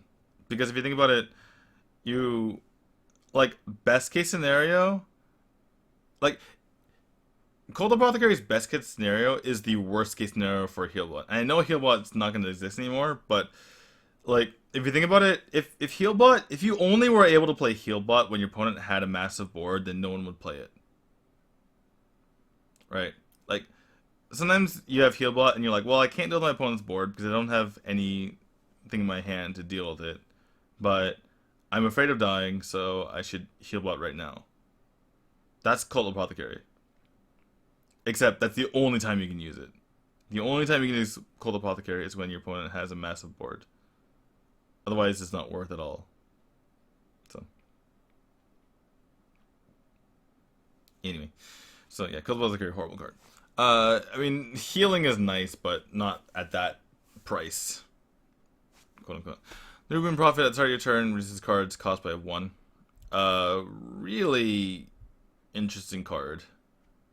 You'd have to build a specific deck for. I guess you could put this in an aggro deck actually, just because you could play it undercosted. Like if you get on turn 1, it's amazing because on turn 3 you have a 4/4/4/3, and that's kind of amazing. I mean, I don't see people running it. I mean, you could run it in control, like Crip was mentioning that you could run it and in control and just kind of have like a huge swing turn and you do a bunch of stuff and play this card. But then this guy isn't actively dealing with your opponent's board, so I don't think that's very good. I think this guy only sees play in aggro.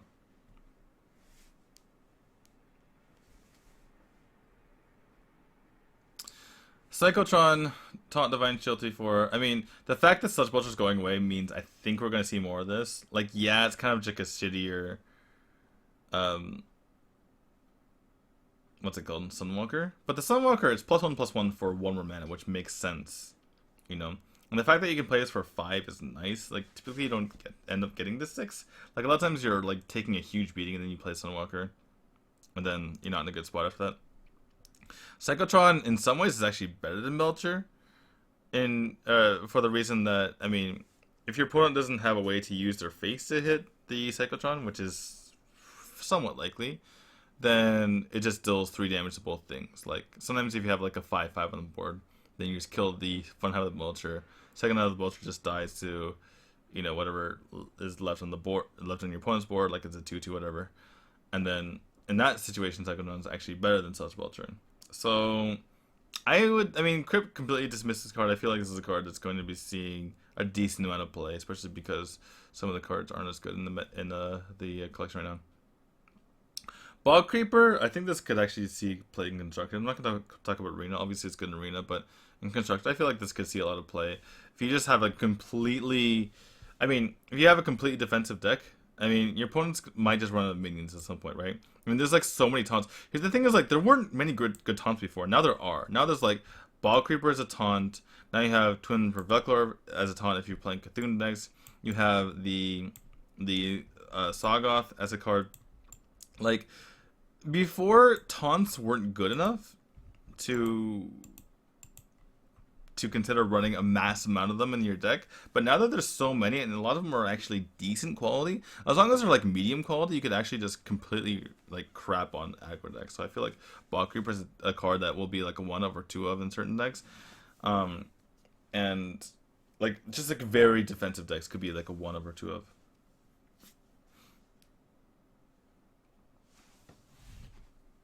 6/8 compared to 5/10, 5 is a premium. Exactly. So, and 8's pretty hard to get around. Cortez Dragonhawk, obviously not very good. I mean, it's something you could get off of a web spinner. Does web spinner exist anymore? Oh my god, I'm being stupid. But you have a Tomb Spider that you could choose to have, just to have like a late game minion. Other than that, it's garbage.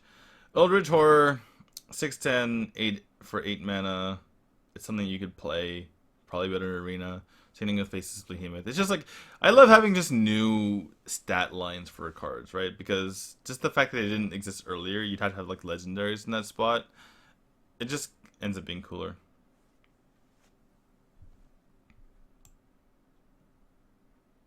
Yeah, anyway.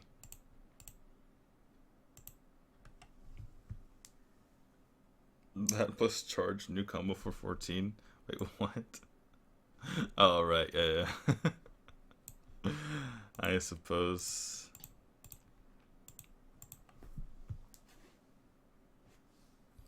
Alright. Fangirl, Shaghelm, Staghelm. Your choose 1 cards have both effects combined. So, Crypt kind of... He didn't shit on this card, but he's like, I think people overestimate this card. I think this card is it's definitely strong. The thing is, like, the reason why it's super strong is because it's another card that you have to kill. And if you don't kill, you could be in trouble. Right? Because like a 4 mana 4/6 charging, or sorry, 5 mana 4/6 taunt charge to your face is like really shitty. Right? And you'd be surprised a lot of the time where people like they'll leave. A lot of people just leave 4 mana 3/5s on the board. 4 mana 3/5s, like the reason why people don't deal with them is because they only do 3 damage, obviously. So it's like, okay, well, I can't deal with it now, but I'd rather not go out of my way to kill this than to, you know, go out of my way to kill this and, you know, get rid of my stuff. Like I'm not gonna, like, say you're a warrior and you're like, I don't want to bash execute this. Like, say it's a Violet Teacher, you're like, well, I have Revenge in my hand. I can Revenge execute next turn if I need to. And if I am doing that, then he's probably like overcommitting to the board anyway. Like, he's gonna just use a bunch of spells. Like, maybe he, you know, prep sprints, but, you know, whatever. But I'm not gonna bash execute this. You know, that's the only thing in my hand.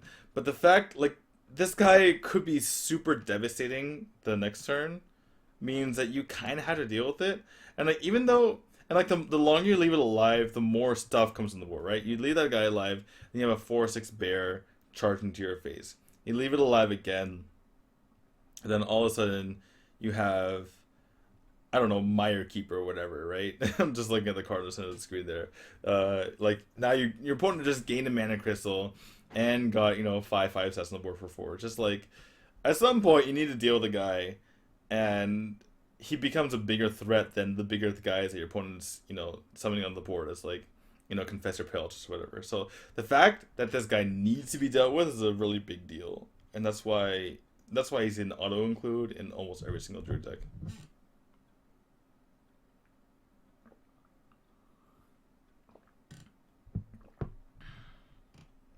All right. Anyway, Forbidden Ancient. Spend all your mana gain +1/+1 for each mana spent. Um, no, it's not happening. Just I guess you might want this against an aggro deck. You could play it against like if aggro was something that was being played a lot. But okay, the one thing about these forbidden cards is that what's nice about them is that sometimes when there's an aggro meta, um, you say, okay, I need to play this because of this aggro meta, and if there's a control meta, I need to play this because of the control meta. The nice thing, I will say that this about Forbidden Ancient, if there's a mixed meta, you can specifically. This is the first card. The Forbidden cards are the first cards where you can actually play them specifically for mixed meta. You just have it for its flexibility. So that's something. The problem is that is that 1 mana 1/1's garbage. 2 mana 2/2 is not that great either. Like 3 mana 3, like every single thing along the line is like not that good. So you're actually it's just so desperate. You're so desperately trying to be slightly behind rather than way behind that you're just gonna fall into a lot of trouble most of the time. The fact of the matter is like yeah, it could be reasonable, but you're deliberately making yourself fall behind by playing this card in the first place. Like you're accepting that you'll be behind by playing this card. Otherwise, you might as well just replace it with something else because there's an opportunity cost for playing Forbidden Ancient. Like yeah, you could have it in your hand and it could be something, but you could also just have a different card in your hand at the time that could do better than it.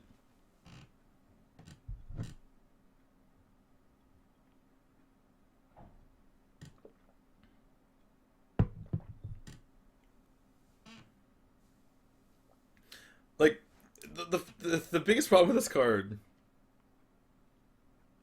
with ramp it was the ancient ahead of stats curve. Why? Yeah, but then if you have ramp, then you can just play anything. You could like I guess I suppose it does work well with innervate, where it's like you're guaranteed to have something good and spend your extra mana. But if it doesn't have a good use, you're really like by having this card in your hand, you're really screwing yourself over because a lot of times it's just like, oh, I have 1 mana left over. I don't want to play 1/1 for 1. Like people think like, oh, I can use this anytime. This is a card I can use anytime I want. It's like, no, actually, you don't want to wisp for 1. You don't actually just want that, Or if you play like you're on turn 5, right? And you play, I guess you could play this for a 5/5 for 5, but maybe you wanted to play Wild Growth. Maybe you're on turn 4 and you want to play Wild Growth, right? And you're like, okay, I can Wild Growth and I can play 2 mana for 2 mana 2/2. Do I want? But your opponent has like a 2/3 on the table. It's like, well, I guess I can't really do that because I need a hero because like I might as well hero power because it's just gonna die to the 2/3 anyway, and I know I have a 6 drop next turn, so I don't want to use my mana to do that. So I feel like people are overestimating the fact that you can play it whenever. Like, oh, I can just play this whenever I want and get a random like 3 mana 3/3 out of it, or I can get 1 mana 1/1. It's like no, like a lot of times you just don't want to do that.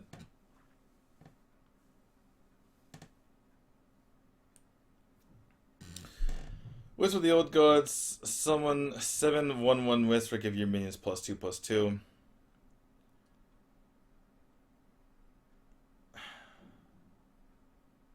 There was like there's like some sort of like really good synergy that I was like I heard about the other day, but I forgot that this card can do.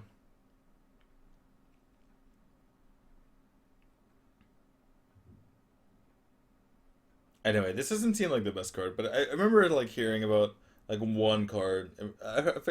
Hopefully, you guys can remind me. There's like one card where like it ends up being better than it seems like.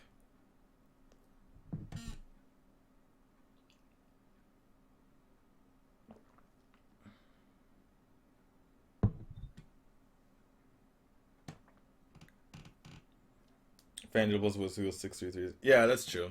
Yeah, FanDuel plus Whis. The problem was you can't play in the same turn unless you have Thoros or Innervate. But yeah, that is something. Maybe that's what I was thinking of. The problem is like 7/1/1, like any sort of AoE gets so wrecked. Especially the Warrior card is coming up.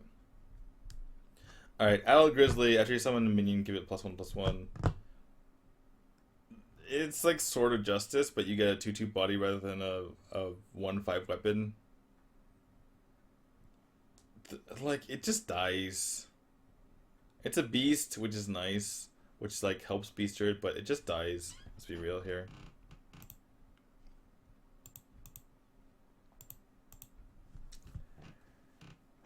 Fire Keeper, 3 mana, or sorry, 4 mana, 3/3.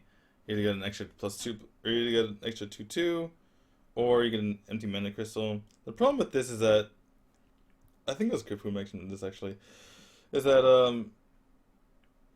are you really trying to skip turn 5 as a druid? Like, druid is one of the best classes in the game with 5. So I guess you might want to as a kind of like a semi-nourish, like an expensive wild growth, but you actually get something on the board.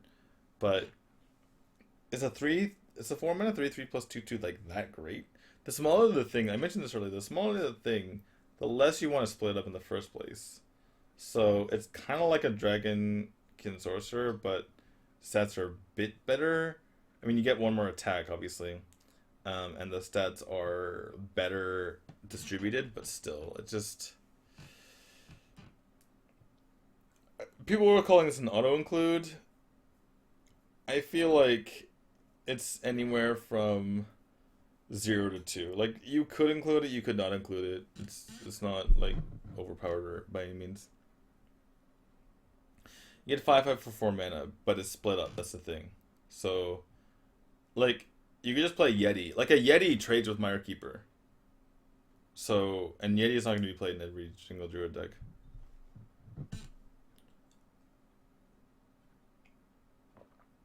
Yeah.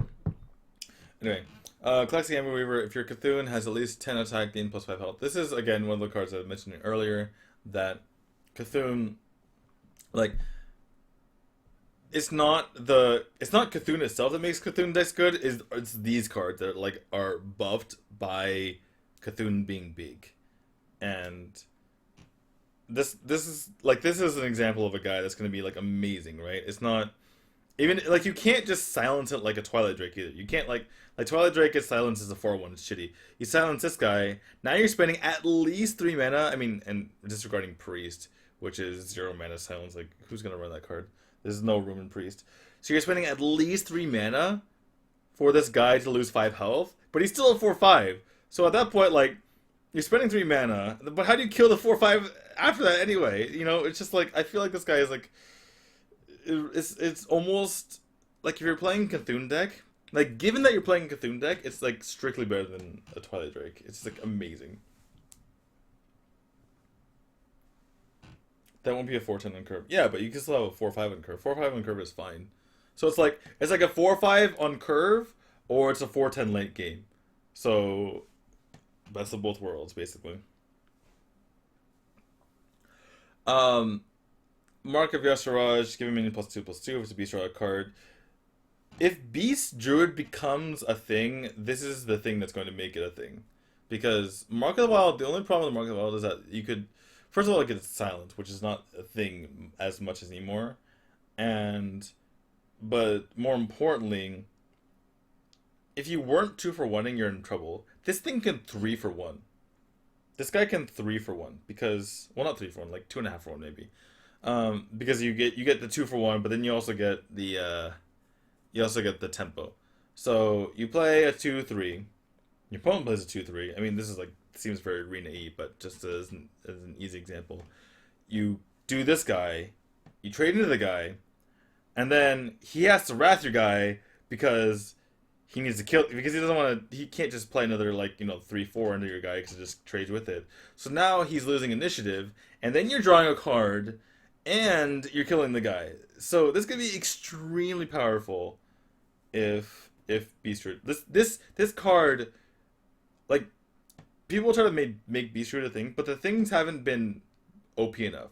In order to make Beast Root a thing, you need to make something super OP. This is the first card where it's OP enough that Beast Root could become a thing.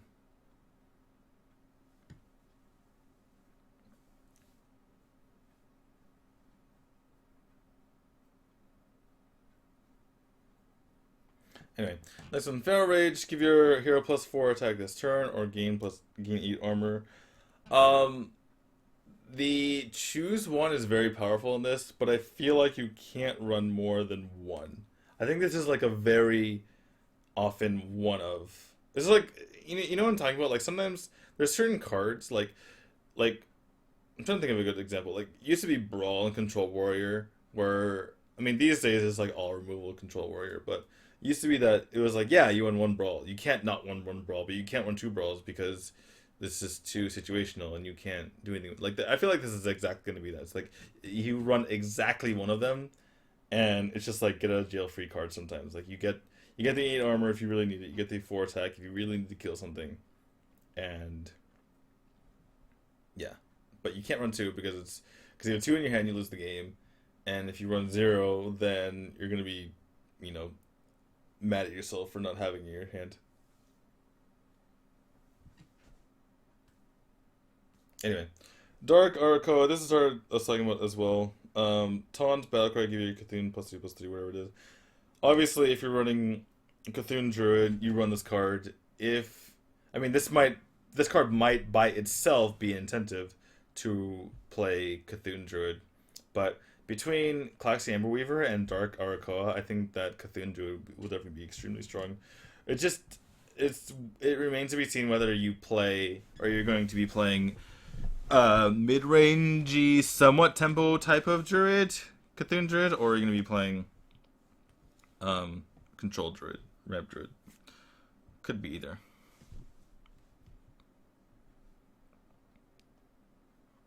I think it's trash without a play something more proactive than Feral Rage. The thing is, healing is very important, and Druid hasn't got anything very good as far as healing. Like you might see people just running one Ancient Allure, for instance, and like the thing about Ancient Allure, which was so good, is because you always ran two, but now you might not be able to run two, and you don't have that guaranteed healing. So maybe Druid, like, there's a very good chance that Druid actually needs that extra healing right now, particularly because either you're running, either you're running Token Druid or you're running Ramp Druid at this point. So, can I get the Imgar link? Yeah, sure. It's on the screen there, but sure.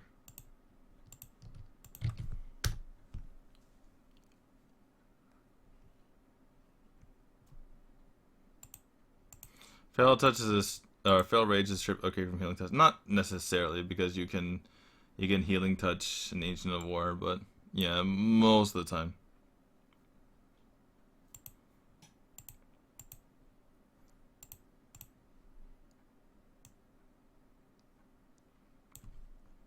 Anyway, all right. I'm actually gonna use the restroom and be right back again. One sec.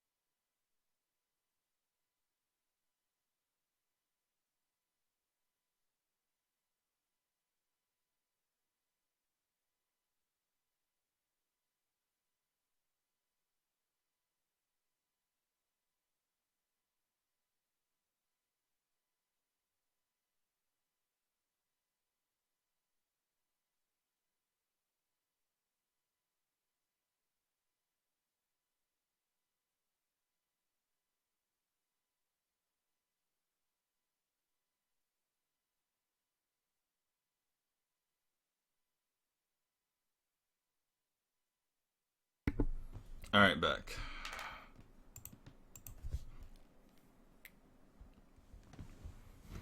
Cards, shuffle all my cards. Oh my god. What?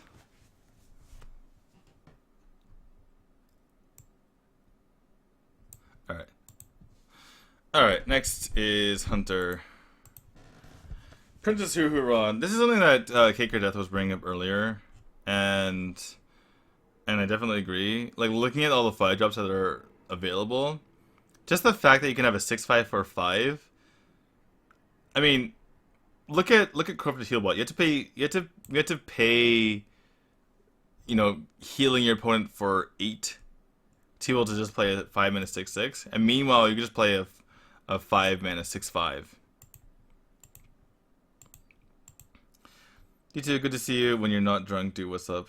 Well, I've been drinking a bit, but yeah, not drunk. But what's up anyway?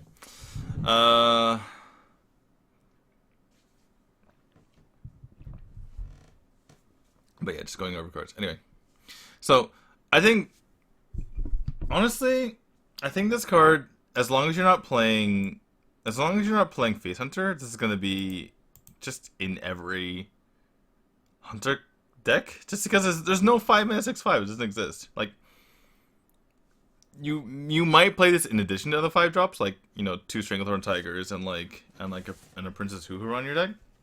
But I feel like you don't even need to run, like, the fact that there's no good 5 drops means that this card's gonna be run, and you don't even need to put Death Rattles in your deck just to run it. I feel like it's gonna be run in every non-Face Hunter deck. Should we compare this with Raptor? You mean the Rogue Death Rattle Raptor? I suppose. Giant Sandworm, this minion attacks another minion and kills it. Attack again. Too expensive. I mean, you're not playing board control at that point. You're trying to kill your opponent. I guess you could play it like as... You can kind of play it as like a clear, but usually when you're spending 8 mana, you want to actually clear your opponent's board and not wait a turn to do so. Caldwell is pretty sick. I mean, I think you had to play it in at least one of them in every mid-range deck. If you're playing Control, I mean, it's yet to be seen if Control is like even possible for Hunter, but if you're playing Control, I imagine you're playing at least, or you're playing probably 2 of these, because, you know, if you have 1 minion on board, you have, even if it's a 1 attack minion, you have 7 damage removal, and you have guaranteed 5 damage removal on this, and you put up a Booty Bay Bodyguard, so, or an Evil Heckler, whichever. Infest, give your minions Death Rattle, add a random beast to your hand. This has to be Control Hunter. You can't play it in mid-range Hunter, it doesn't work. Like, I feel like Ball of Spiders is less slow than this card. Because you have to have a board, and if you already have a board, rather play another minion than this card. Like, why would you have this card in your deck in the first place? I feel like Ball of Spiders is actually less slow than this card.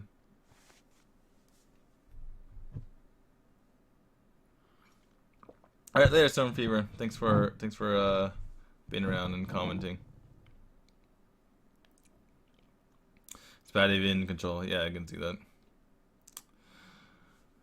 I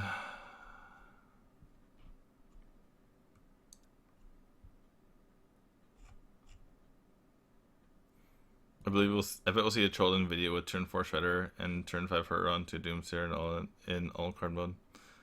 Maybe. Alright, Forlorn Stalker, give all Death Rattle minions in your hand +1/+1. Well, if you're playing a Death Rattle deck, it's really good. The only problem is, like, how many Death Rattles can you actually put in your deck? I mean, Infested Wolf is pretty decent, but you can't just turn 3... I mean, I guess you can turn 3 4 on Stalker, and then your Infested Wolf is actually pretty ridiculous. It's like a 4 mana 4/4.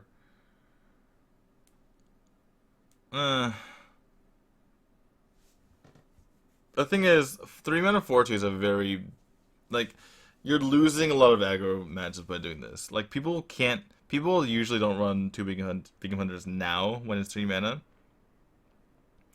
and you could really you could lose games on the spot by doing this because obviously you're getting value later, but you're by doing so you're giving up mana that turn, or you're giving up tempo that turn. It's kind of like the shaman card, the 6 mana 4/4, the wind something, I forgot what it's called. But you just lose so much tempo by playing in the first place. Like, people thought that was an amazing shaman card. Granted, that wasn't shaman, and shaman was garbage anyway, but still.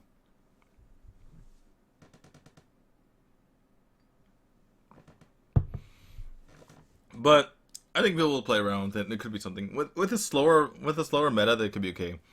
Particularly the fact that it's a 3 mana card and not a 6 mana card, so it could be reasonable for the third deck. Because like from then, you're losing a bit of tempo, but if you're not playing against aggro, like if you're playing against aggro, you just like get shit on. But if you're playing against another mid-range deck, which typically likes to run beefy minions, like if your opponent plays, I don't know, if your opponent plays, Twilight Elder, and then you're like Forlorn Stalker, you're like, okay, well those trade. My opponent doesn't have removal in his hand, and then all of a sudden, the rest of the game is amazing for me. Then that's a possibility. 40 sets are awful, yeah, but that's the thing. If you're not playing against a very aggro heavy meta, then it can be okay. Anyway, Infested Wolf, Death Rattle Summon 2/1/1 spiders. The thing about this is that Houndmaster is amazing with this card, because it's very difficult to kill the 3/3 and the 1/1s, and so this is the best Houndmaster synergy that exists. Period.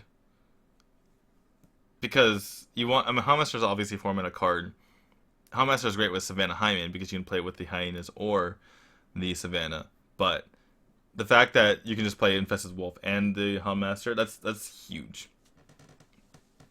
So Infested Wolf is one of the best cards for Midrange Hunter, just because Houndmaster is such a broken card, but you can never get it off. I mean, you can, but all you have to do is kill a creeper or kill whatever else it was there to make it not playable, make Houndmaster not playable. And Infested Wolf, it's so difficult to kill the 3/3 and both 1/1s that, because this is one of those cards that because other cards because it has synergy with another card that could be broken but hasn't been able to play yet. I feel like Infested Wolf plus Houndmaster is going to be amazing.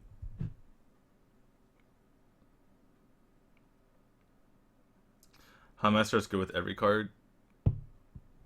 Yeah, every beast. But the thing is, when people realize that it's Midrange Hunter, they specifically kill every single beast. But it's very difficult to kill the 3/3 and both the 1/1s.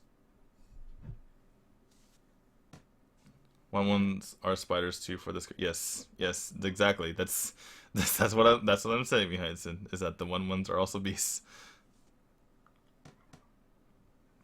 Is Ramlinger any good now? What's the math on it? Oh, I forgot. Someone needs to do a Reddit post on that. If Ramlinger is good now. It could be, honestly, Ramlinger. This Infested Wolf could allow Ram Wrangler plus Houndmaster decks to be very, very good. Yeah, exactly. So, I mean, people concerned about Hunter aren't looking at the existing Hunter cards already, right? Because Ramlinger and Houndmaster are amazing cards as long as you have stuff to proc them. Infested Wolf is one of the biggest sleeper cards. I'm actually starting to realize in fact right now, Infested Wolf can single-handedly make Ram Wrangler and Houndmaster good, so Infested Wolf actually could just make Midrange Hunter really, really good again.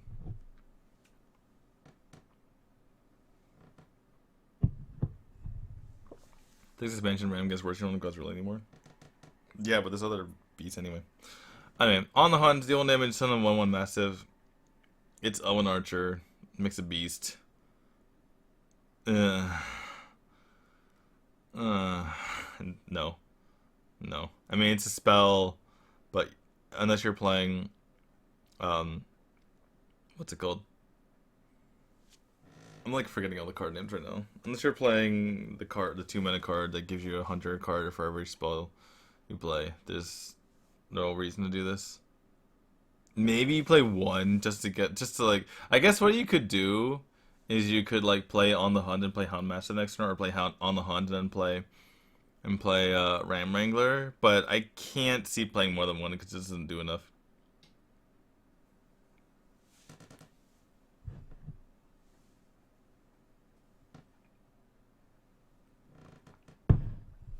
Lock and load. That's the spell card. Thanks for Harder. Fiery Bat. Death will do 1 mana to random enemy. So it's Huge Toad for 1 mana. I mean, obviously less stats. The fact that it's 1 mana is really good though, and you can, if your opponent's trying to like deal with your shit, like you could play Fiery Bat on 1, and your opponent plays a 2/3, and you can still maybe kill a 2/3. If they play a 3/2, it's amazing because you trade into it and deal 1 damage to your opponent's face. Fiery Bat is gonna be. You might even see it in Midrange Hunter, just have the Fiery Bat, honestly. Just because, like, if you're playing a Death Rattle deck, you could play Forlorn Stalker, turn into a 3/2. Yeah, like later in the game. But on turn 1, it's just really nice to get the ball rolling. I mean, it's not Web Spinner, but it's something. So Fire Bat, I think Fire Bat's an auto-include in Face Hunter decks. Could be also something you put in mid-range. Carrion Grub, 2/5 Beast. It's another Houndmaster thing. The thing is, like, people don't like running 2/5s. Like, you know, the Druid of the Flame, no one ran that. But the fact of the matter is, 5 health on 3 mana is really impossibly hard to deal with. And then you Houndmaster the next turn to into a 4/7. Like, yeah, you had to have that combo in order for that to work. But the fact of the matter is, people might go out of the way to kill it just because they're worried about Houndmaster. So I think that Carrion Grub might see play over Forlorn Stalker in mid-range decks just because it's like people like, oh my god, I need to kill it, and they just like go out of the way. Otherwise they get completely wrecked. Good job, you didn't win. Would have been some weird spell card to be named. Yeah, D2 spells or something like that. Oh my god. Alright, next, Mage. Anomalous. I just don't see it being played. You had, basically, for this to work, you need Ice Block in play. And then you need to be able to sack itself. When, usually, if you're playing, it's you know, if you need to have the AoE effect, then your opponent probably has a lot of small minions on board. And there's a decent chance you actually can't even kill itself.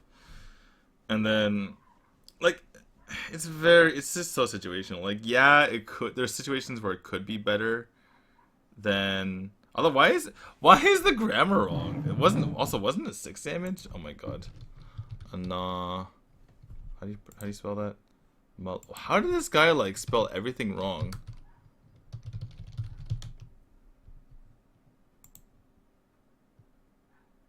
What? I thought it was 6 damage to all minions. Okay, it's 8 damage. My bad. Okay, so it does kill. It basically kills everything. Okay, but I don't know how. Like, how do you make this graphic and then spell everything wrong? I don't understand. I'm really confused.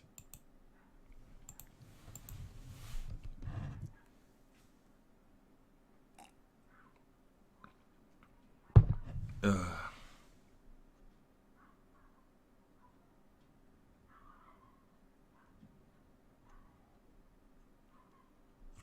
I don't know what you guys are talking about. Anyway, back to Anomalous. Yeah, it's just there are very few situations. I mean, I guess the fact that it's 8 damage means it kills like almost everything, and I guess you could trade into something like. I guess if there's like a really heavy control meta and your opponent has like 2 big things on the board and you have like Ice Block. The thing is, you need Ice Block in hand. You need Ice Block in play. I mean, or else it's just gonna be garbage. Yeah. So you trade into like a bigger guy because the other bigger guys, your opponent can't play stuff. It gives you initiative in a certain way because either your opponent trades everything into that guy, and everything dies, and then they play stuff, which is like not the greatest. Or or you get to trade the next turn and do whatever you want. But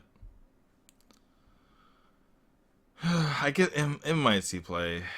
You'd have to. It has to be some sort of ice block mage though. Some sort of. I mean, and I'm not even saying freeze mage because I again earlier said freeze mage was going to be like weird. Anomalous means pervert in my language. Anomalous means pervert in any language. Anyway, forbidden flame. Spend all your mana. Deal that much damage to a minion. This is a tempo mage card. I guess it could be a freeze mage card. Maybe. Not really, but it's a minion. It's a tempo mage card. If you're playing tempo mage, you're playing this card.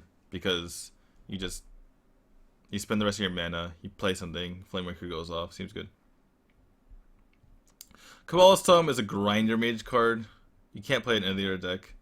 You can't play in freeze mage because you need to freeze stuff and kill your opponent. You can't play it in tempo mage because it costs too much. You'd rather just have the Ethereal Conjure. I mean, maybe you can play in a slower tempo mage deck, but at that point you're kind of playing grinder mage anyway. So Kabbalah's Tome is basically a grinder mage deck. It might actually make grinder mage much more viable. But yeah. Fireball, own Anomalous to clear board. Yeah, if you have Thorson already. Alright, Cult Sorcerer. Spell damage +1 after you cast a spell. Give you a Cthulhu +1/+1, whatever it is. This is actually such a ridiculous card. It's a Cthulhu buffer. It's the best spell damage card there is. Because it's a 2-mana 3/2. There's every other plus spell damage card is understated. Every single other one. There's a 2/2 Kobold. I mean, Blood Mage is a 1/1 draw you card, so that's legendary. There's, Ogre Magi 4/4. What else is there? There's the 4/7 for 6. Like every other +1 spell damage is like shitty stats, and this guy's actually normal stats, and he buffs your Cthulhu. So the problem is there's no other great Cthulhu cards for Mage, right? There's no there's no Claxi Amberweaver or Dark Arakoa or like what was the other one? Or like Twilight Darkmender, right? There's no like my Cthulhu is big, therefore I get this huge advantage. That's the problem with Mage. But this guy's a pain in the ass. So you don't even need Cthulhu really, you can just play him. You can honestly just play this guy, and I think he might be a Tempo Mage card, but maybe not. Maybe he just didn't see it. Either I'm guessing either he sees play. Like I just don't see him in a Cthulhu deck because there's not enough Mage Cthulhu synergy. But I could see him in Tempo Mage because he's annoying. You have to kill him. He's kind of like Sorcerer's Apprentice, right? Like if you leave Cult Sorcerer in the field and you play like a 5 health minion, it's like okay. Oh yeah, wait, is Flame kind of gone? I keep forgetting what's gone. You play a 4 mana minion, and then your opponent just goes, okay, Sorcerer's Apprentice plus Frostbolt and kills your guy, and you're like, fuck, and now your opponent has 3/2s on the board, or 2/3/2s on the board. So this guy's kind of like, I need to kill this guy or I'm fucked. I think he's a Tempo Mage card. I don't think he's a Cthulhu card, but yeah.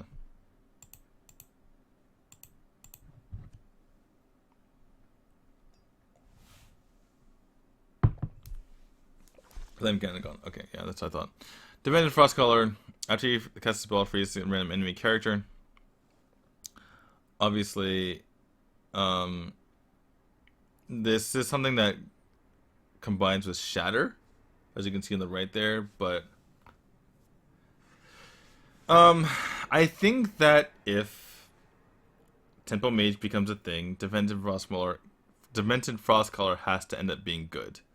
It's hard to tell whether it's going to be good, but Dimension Frostcaller has to be a good card for Tempo Mage to be a thing. Otherwise, there's not enough in the deck. So either it's good, and Tempo Mage is good, or it's not good, and therefore Tempo Mage is much less good.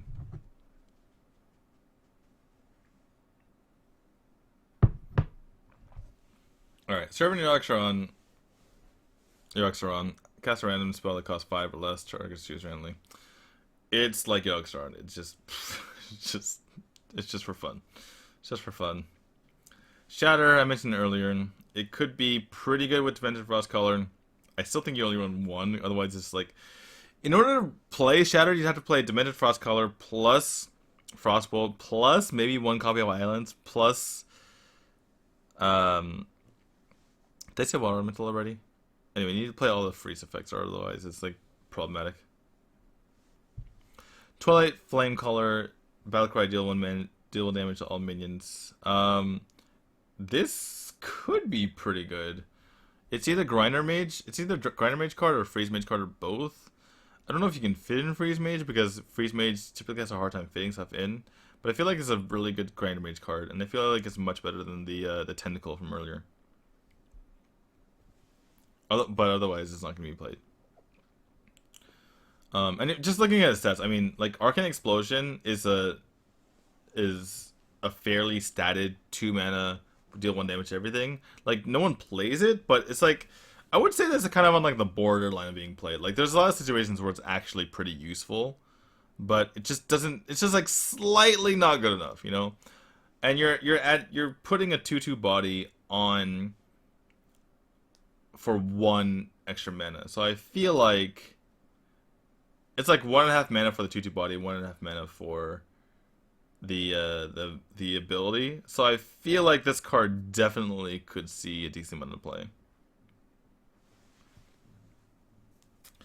Alright, Faceless Summoner, Battlecry Summoner, random 3-cost minion. I think everyone agrees that this card is very good, and it's going to see a lot of play, and there's going to be a lot of broken situations where it's like summon Arcane Golem for, which is a 4/4 now, so it's like 5/5/4/4 for 6, which is like ridiculous. Or 5/5. What are the broken 3-mana minions? Like,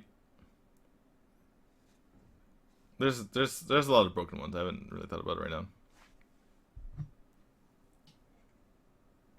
Arcane Explosion gets spell damage. That one sucks. Yeah, but you don't play. I mean, it's hard to like have spell damage when you play it, unless you're playing like Drake into it. Interblade. Yeah. Interblade Master much better. Yeah, Interblade Blaster even better. Sorry, the reason why Arcane Golem came to my head because I remember it being a 4/2, with charge, and I was like, well, it's still good for the 4/4. But yeah, Interblade Master is by far like the most ridiculous one, as well as King Mukla. Unearthed Raptor 3/4. Not really. I mean, just the Mountain Raptor is probably better than Unearthed Raptor. But yeah, this card, I mean, it's probably a Temple Mage card. You don't run in Grinder Mage or Freeze Mage.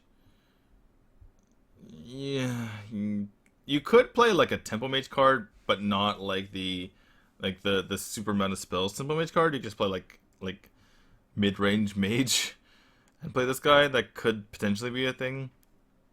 But he's like, if this guy is very good.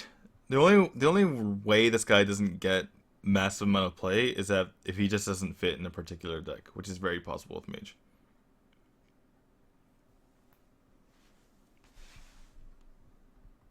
I'll roll out Madness. Yeah, but you're probably not playing anything too big if you're playing that guy, because you want to have the tempo. Alright, Paladin. Ragnar Slight Lord in your turn. Restore 8 health to a damage-friendly character. Seems like they're trying to bring back Control Paladin, which wasn't that great. It might be a bit better now since things have slowed down a bit, since a lot of decks are likely to be controlled considering the Cthulhu stuff, but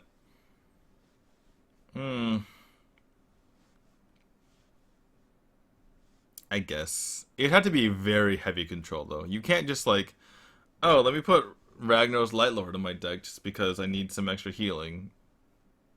Or, I mean, just because, like, I might need some healing. Like, let me just put...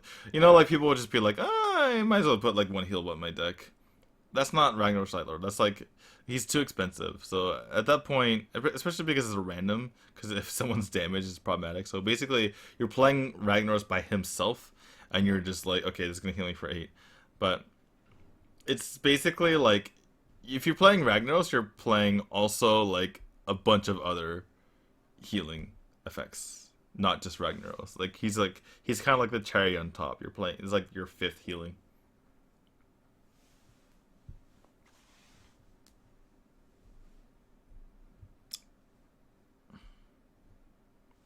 Anyway, Forbidden Healing, spend another mana, heal for double the mana you spent. So there's Healing Touch. I forgot what it's called. Healing Touch, right? 2 mana, 6 health. This is potentially 10 mana, 20 health, which is like, it's kind of like Tree of Life. I mean, it's nice for like the extra healing. This could be a card. You have to run again. This is like the same thing I said for Ragnaros Light Lord, though. It's like you have to be running extreme control deck to be playing this card. It could see play though.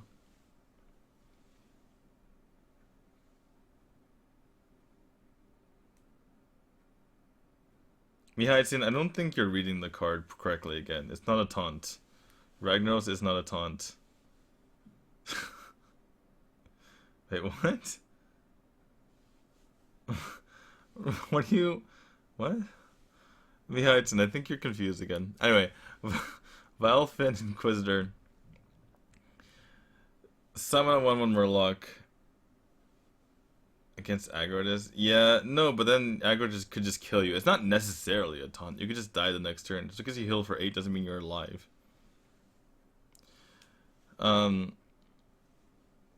So yeah. You can't live that alive? What? The fact that you're spending 8 mana on something means that your opponent probably has a board, so... And you can't use... You could use AoE the prior turn. But, yeah.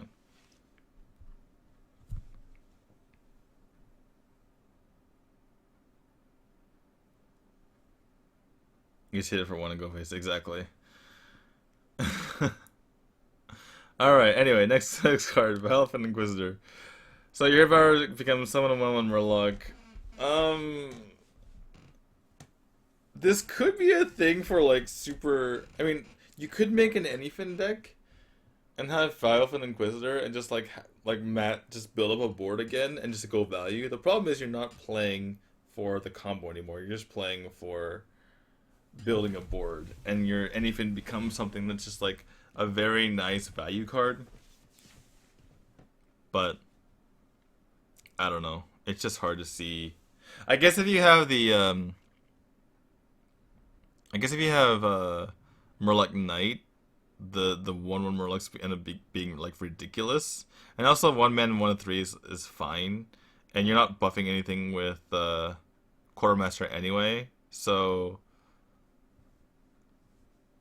yeah, I mean it does definitely increase the Murloc potential. You will not play anything in the same deck with that card. Mihaitzin, your last words. Mihaitzin's last words. You play... There's a very high chance you play anything. You just don't OTK your opponent. You just get it for value. Anyway, next one. Selfless Hero. Death Rattle gives random enemy and Divine Shield. So obviously for aggro. You wouldn't necessarily need to put Divine Shield stuff in your deck, since there's not that much anyway, but you could. But this would be really nice for an aggro deck, just because it's really annoying to deal with Divine Shield shit. And if you play on turn 1, then your opponent has to like coin out an answer for it. But you want other Murlocs to get value for anything, not 1/1. Yeah, so you have like 4 1/1s and a Murloc Knight and whatever you got of the Murloc Knight, but you got massive value. Basically, you're playing, even if you're not getting like all the value you can for your 10 mana, you're still getting like 2.5 cards worth of value, which is important if you're playing a control mirror. Anyway. The point... Anyway. I'm not going to argue with Mihaitzin, because I always disagree with him anyway. Alright, next one. Rallying Blade. Battlecry, give +1/+1 to minions with Divine Shield. Could be good with Selfless Hero, could be good with other Divine Shield nonsense. The bigger thing is that Coghammer and Muster for Battle are gone, so Rallying Blade is almost certainly going to be a card that Paladins run 1 of, at least. Could be 2, but most likely 1. I mean, if you run a lot of Divine Shields, obviously you play it, but there's no weapons in Paladin anymore, so I think you'd play that a lot.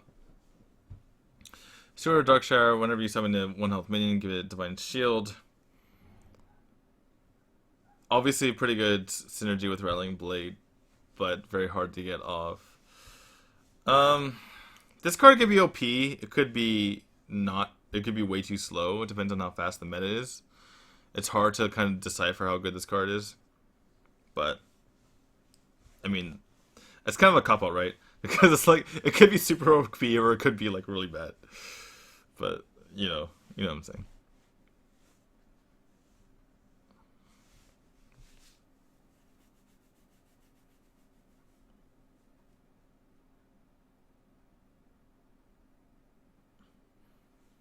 This isn't good. It's just average person do it. Yeah, the Rallying Blade, like it's not gonna be amazing. It's probably not gonna be amazing, but it's gonna be needed to be played. Divine Strength, give him in +1/+2. I see this being an aggro card only. Like if you played control, you're not.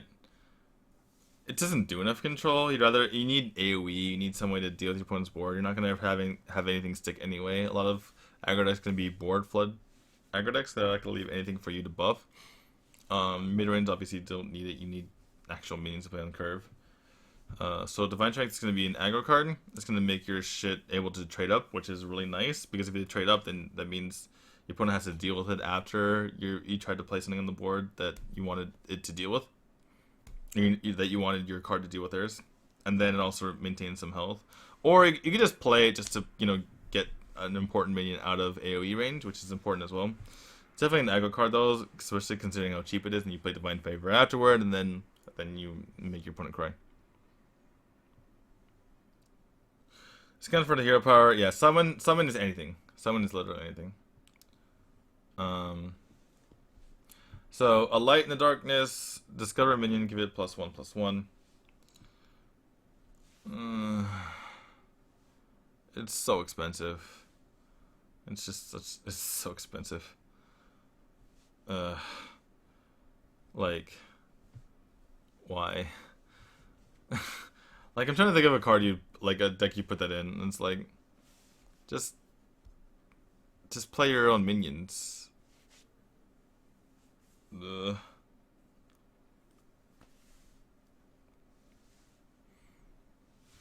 A lot of minions gonna be broken to shit with +1/+1. Yeah, no, but you're spending 2 mana to give it +1/+1. It's like not. You might as well play the Explorer's Hat, whatever. Anyway, Sending a Darkness on 5/1/1 Silver Recruits. The 8 mana Steward of Darkness, Stand Against Darkness, or sorry, Steward of Darkshire, Stand Against Darkness combo could be something. It actually could be something. If you play like a very controlly deck, like it's really hard to get. You can't just kill it with damage alone. You have to like twist together or doom it or something like that. So Steward of Darkshire, Stand Against Darkness could be the must for battle Quartermaster combo, just much weaker, but also much more annoying. So yeah, could be something. There's not much AoE. Stand Against Darkness could be one of included in certain decks. It's something. It could be something. You'd have to play control though. I don't see that being in anything but control. Maybe mid range. Anyway, let's move on. Priest, Herald, Volage. This is the one card. People talked about this card a lot. I can't. It's hard for me to just envision this card.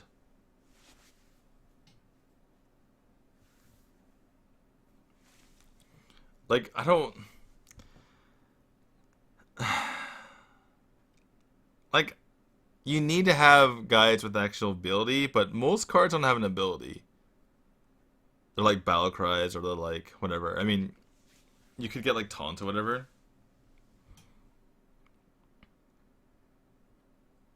I just don't see it seeing play. People were talking about this card being like amazing potentially, but I just don't see it.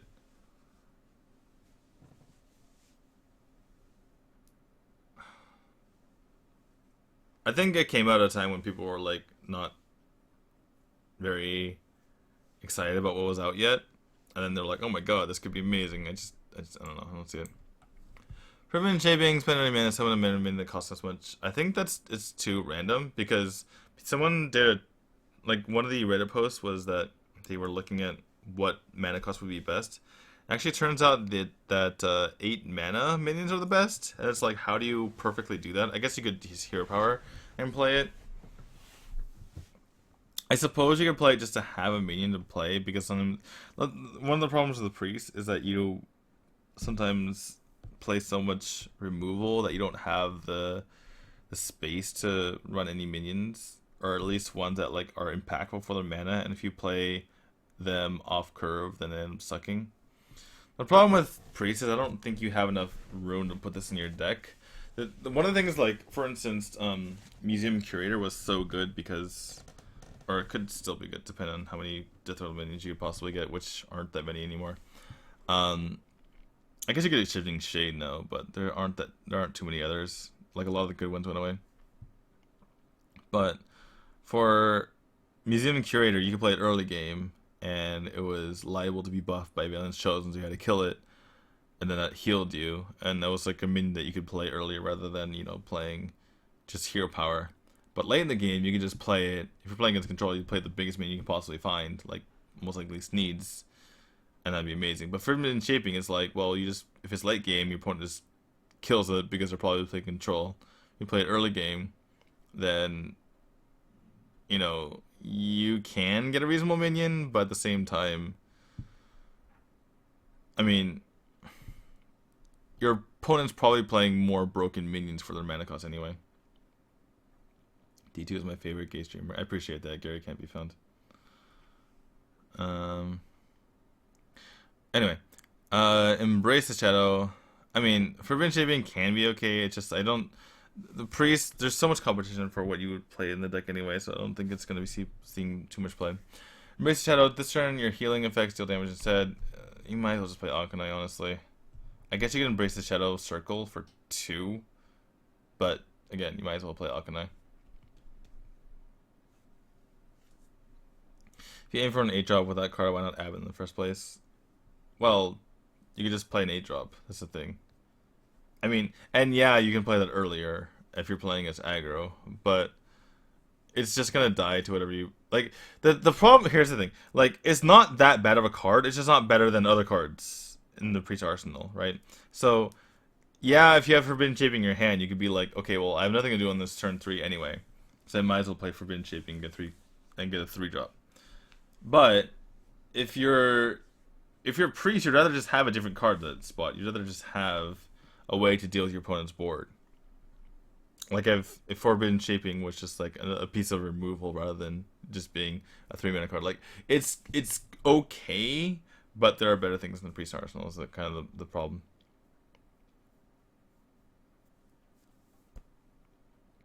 Anyway, so Embrace Shadow again. Might as well just play Akonai. Doesn't really make too much difference. I mean, you can go for like an OTK thing, but Priest doesn't really do that anyway. And then you could do with Akonai regardless. Shadowward Horde, show minions with 2 or less attack. 2 situational, you might as well play Shadow Madness. I feel like Shadow Madness is like 80% of the time it's just strictly better. Like, so okay, take it back. 70% of the time, Shadow Madness is just better. 15% of the time, it's like the same. 15% of the time, it's worse. So it's like you might as well, and like most of the time, just play Shadow Madness. Like Shadow Madness is amazing, but there's no room for it right now. I'll probably have more room now that Light Bomb's gone, but still. Shifting Shade, to throw copy a card from your opponent's deck and add to your hand.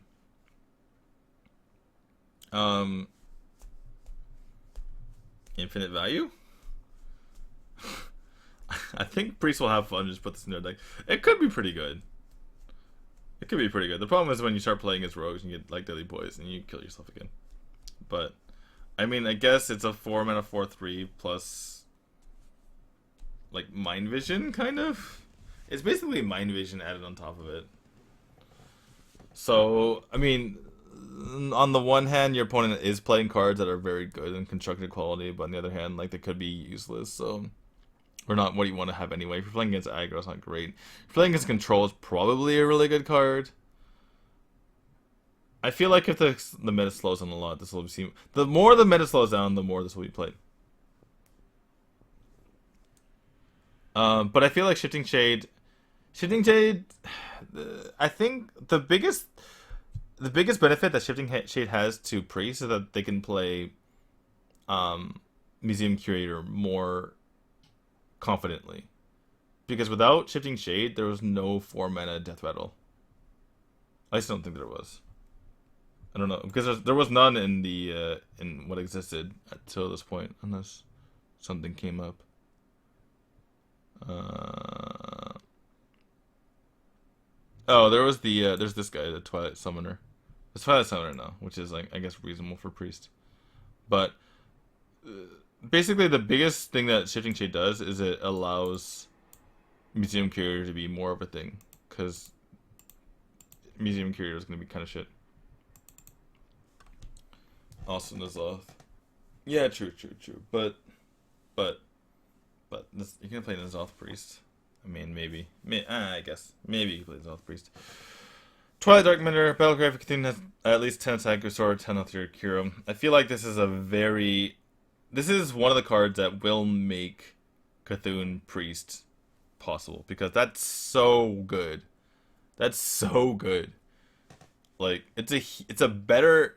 It's like better than Healbot in so many ways. Like, Healbot's played in so many decks. I guess the problem is that you're already healing as Priest, and you could also be playing Justicar. But say you're playing control matchup, like playing a 6/5. A lot of times your opponent's like crap. Like you ever watch control mirror matchups, control warrior mirror matchups. Your opponent plays a shield maiden, and you're like crap. I gotta shield send this because otherwise it's gonna do 5 damage to me every single turn, and I can't have that, right? Because I'm gonna lose the fatigue game. When you're playing control mirrors, even if you're not healing for 10, this is still pretty good to have a 6/5 on the board. And if you're playing against aggro, that's amazing. You get you get a 5-minute 6/5 and you heal for 10. That's ridiculous. I miss waking up to D2. Thanks, Romanesque. So this card will like almost single-handedly allow Cthulhu Priest to exist. Hood Acolyte, whenever character is healed, give your Cthulhu +1/+1, whatever it is. Not many 4-mana 3/6s, which is like pretty good. And it's also a huge threat, right? Because if your opponent like doesn't deal with it, then you just heal. I mean, you can just heal your face, and then give your Cthulhu +1/+1, and all of a sudden you're getting closer to playing Twilight Darkmender. Not necessarily on turn 5, but maybe later in the game. So Hood Acolytes again. Hood Acolyte and Twilight Darkmender are like the MVPs in the Priest Cthulhu decks. Darkshire Alchemist, Battlecry, restore 5 health. Really good card. I don't think you want to have this in Cthulhu decks. You could, because there's not many good 5-drops, and this is just extra healing. You just like heal all day. The problem with that is that if things get too slow, like if Priest ends up being a deck that just ends up being... I mean, if Cthulhu Priest ends up being a deck that is, pretty commonplace in the meta, then people could just start going for 30 damage, OTK combos, which don't exist right now, but if you get enough Thorazins off, it's possible. So there's ways to get like massive amounts of damage for every single class. Doesn't matter what. Or I mean, you could be creative, right? And so that's the problem with Priest, is you can't gain armor past a certain point. You can't gain armor, period. But you can't obviously heal plus 30. So that's the one worry if you start playing Darkshire Alchemist and Hooded Acolyte and Twilight Darkmender to like heal a bunch and just stay alive forever, is that your opponent, like, the meta could just shift where it just, like, OTK becomes a thing. Alright, Power Tentacles, give them in +2/+6. I mean, with Valen's Chosen going away, this could see play. Valen's Chosen wasn't always played, but also it wasn't played too much because the meta was a bit too fast. This could see play now that the meta is slowing down. That's really annoying to deal with, especially because there's not that much silence. Yes, there's, like, removal, but if you're already getting a good trade anyway, so you're already 1-for-1ing and you're forcing your opponent to use removal, so it's kind of okay. I think you'd see one of. It's very hard to see 2 of, because you could like just lose the game on the spot by having Power Tentacles or 2 Power Tentacles in your hand. So, yeah. Also, no hentai jokes, because no, not allowed. All right. Going to Rogue. Zarl, Poison Mind, Battlecry, and Death Rattle add a random toxin to your hand. So the toxins, as you can see there, I hope these are correct. Draw a card, deal 2 damage. Both really good. Give a friendly minion stealth until your next turn. It's basically like the stealth one, but that was the best stealth spell part. Give a minion +3 attack, also very good. Return your friendly minion to your hand. It costs 2 less, so it's like Shadow Step. It's better than the spell part. So pretty good. I think the amount of, I mean, even though it's a 4 mana 3/2, which is pretty weak, 2 toxins is, you're gonna get the tempo back. Because 1 mana have a massive impact is pretty good. You might get screwed over, but I mean, I think most people are gonna put this in their deck. Because if it wasn't legendary, you'd still probably want to put one of, just because you might get screwed over if you put 2 of in your deck. But it's, I think that, you know, one of is like the right number, and obviously a legendary. So whether you're playing combo rogue and you want the spells for gadgets in, whether you're playing tempo rogue and this guy can, you know, help you get value and stay in the game, I feel like this guy is going to be in most variants of rogue. Like even Death Rattle Raptor Rogue, like this guy's going to be in like 90% of rogue archetypes, no matter what kind of rogue it is. 4 mana 3/2. Yeah, but you can't. Yeah, Pyro Rogue, that too, also in Pyro Rogue. Yeah, I don't. But the thing is, you don't like, the toxins are so good that, and that's the thing. Like, you can't put 2 in your deck, but it ends up working out perfectly fine because you just put 1 in your deck. Just because like it's just so powerful. Anyway, Shadowcaster, Battlecry, she's a friendly. I mean, actually, you know what? Although Zarl, let's just go back to that. I mean, the thing is, a lot of times, like early in the existence of Hearthstone, people said you had to put Thalamus in every single deck, and then it turns out that wasn't the case, particularly Druid. So maybe people start realizing there's certain decks where you can't fit it. That could be possible, but for now, I feel like it's something that most of the time should be put next. Anyway, next one. Shadowcaster, Battlecry, choose a friendly minion, add a 1/1 copy to that hand, your cost 1. This is like really weird card. I'm almost like not even the best deck builder. I feel like this card is like not gonna see. This is like, this card is all over the board. It could be see 0 play. You could see very niche play where you play this like fun random deck that doesn't usually work, but it could be fun, and or it could be like one specific deck that could end up being good because of Shadowcaster, or it could be like a really powerful deck because specifically Shadowcaster. So honestly, I'm gonna just do a cop out and say this is like all over the place. Because it could be ridiculous, it could be just too expensive. I mean, the problem is if you're copying something, usually the best cards are very expensive. So it's like, at that point, are you playing Control Rogue? Like, that doesn't exist. So yeah, I guess probably the best thing you could do is get like a Drake out of it, get something that's like you know, normally cost that you normally put in your deck anyway.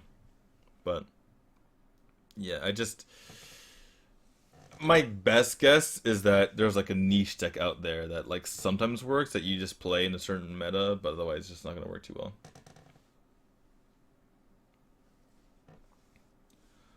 Alright, play the Cthulhu, Battlecry, destroy minion, adds attack and health to Cthulhu's, wherever it is. Crib wasn't in love with this card. I think it's way too expensive. Like, it's probably good in Arena, just like what's it called? The Kraken is good. The Kraken is good in Arena, but in Constructed, this card's way too slow. It's way too slow. If you have 2 of these in your hand and you're playing as aggro, you lose the game immediately. So do you put 1 in your deck? Maybe, but then you just kind of hope that that you get to that point in the game anyway. Cthulhu decks aren't Arena. Cthulhu aren't Arena. Oh, well then that makes it even weirder that Crypt thought this was amazing, because it's not. It's not good at all. So I don't understand what he's talking about, because it's way too expensive. You're gonna die to every aggro deck. Like it would be great. It would be good to control, but the thing is, like, cards need to be good against aggro control. I know it sounds weird, like Entomb. You can Entomb a big aggro deck card. It's not gonna kill you. It's not the best against aggro, but it's possible. This guy will actively lose you the game against aggro decks. So yeah, I just don't see it. Journey Below to discover Death Rattle card. This is kind of like Museum Curator, except you don't get the 1/2 body, although the 1/2 body's not that great anyway. Uh, what's the point? What are you discovering anyway? Like, why? It's kind of like, I feel like this card's like Mind Vision. Just put a Death Rattle card in your deck if you're gonna be playing this card. You know? I suppose it can be like, if you're playing Control Rogue, you can play like, you can treat it like it's Museum Curator, but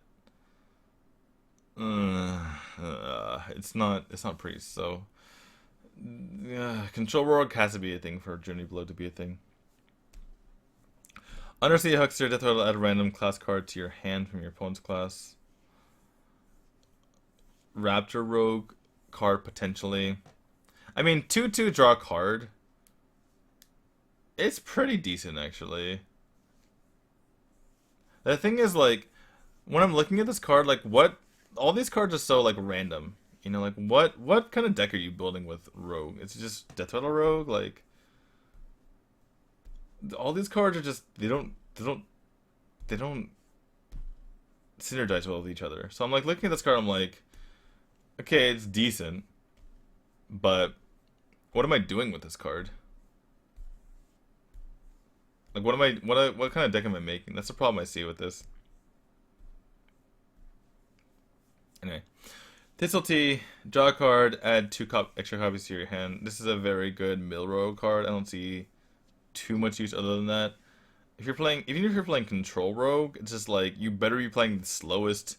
Like, your opponent better be playing like Control as well. So if you're playing against another Control deck, like, for instance, again, you just using the Entomb example. Like, Entomb, you can Entomb something. Even if you're playing against aggro, you can still use Entomb. You cannot use this against aggro. It's just way too slow. Like, you need to stabilize first, and this does nothing to stabilize. It's just a dead card in your hand. So you had to be playing against Control. So therefore, this is a card that you play in Mill, because Mill is much better just kind of stalling for a long time. Blade Cultist combo, gain +1/+1. Tempo Rogue, but then you can't play it on 1 because you need another 1-drop. I guess Aggro Rogue, maybe? It seems like an aggro/tempo rogue. Aggro tempo rogue. It's like reasonable. It's kind of like a zombie tout later, but the whole point of zombie tout is you can play it on 1. You can't play this guy on 1.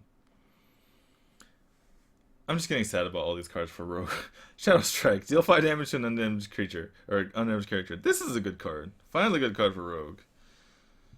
But it's a spell again, which, I mean, and Rogue spells are already good. They need minions. So this guy will be reasonable, but not amazing. I mean, it's amazing. Could potentially be amazing, but not like, not good enough to overcome all the other crap going on with Rogue. Anyway, Celsius Good Face. Death Rattle will give your weapon +2 attack. Pirate Rogue? PogChamp? I'm not seeing it. It's a 4-mana 4/4. Like, yeah, you give your weapon +2 attack, but like, what's the point? It doesn't do enough by itself, really.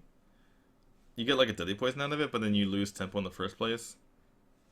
And the other pirate synergies aren't that great anyway. Like, the only pirate synergy that exists are the Celsi Captain, which gives it +1/+1, which is okay. But the other synergies aren't that great. All the other synergies have to do with just, you know, buffing your weapon, so I don't know. People were complaining about Rogue, and honestly, I didn't give a close enough look, but now that I'm looking at these in a row, I'm just like, oh my god. It's not looking great. Alright, looks like we have 3 more classes, and we have nerfs. So I'm going to go ahead and take my last bathroom break, and we'll go over that.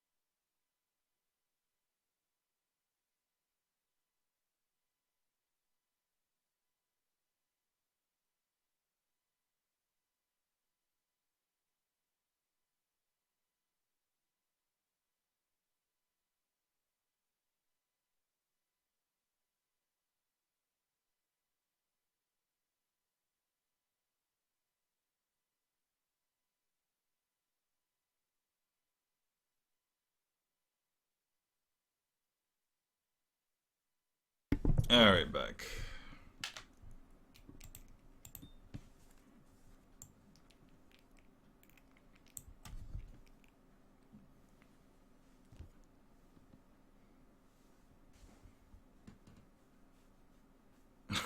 Hang on, Journey Below could Fisher both South Seas like a face and Zara big time.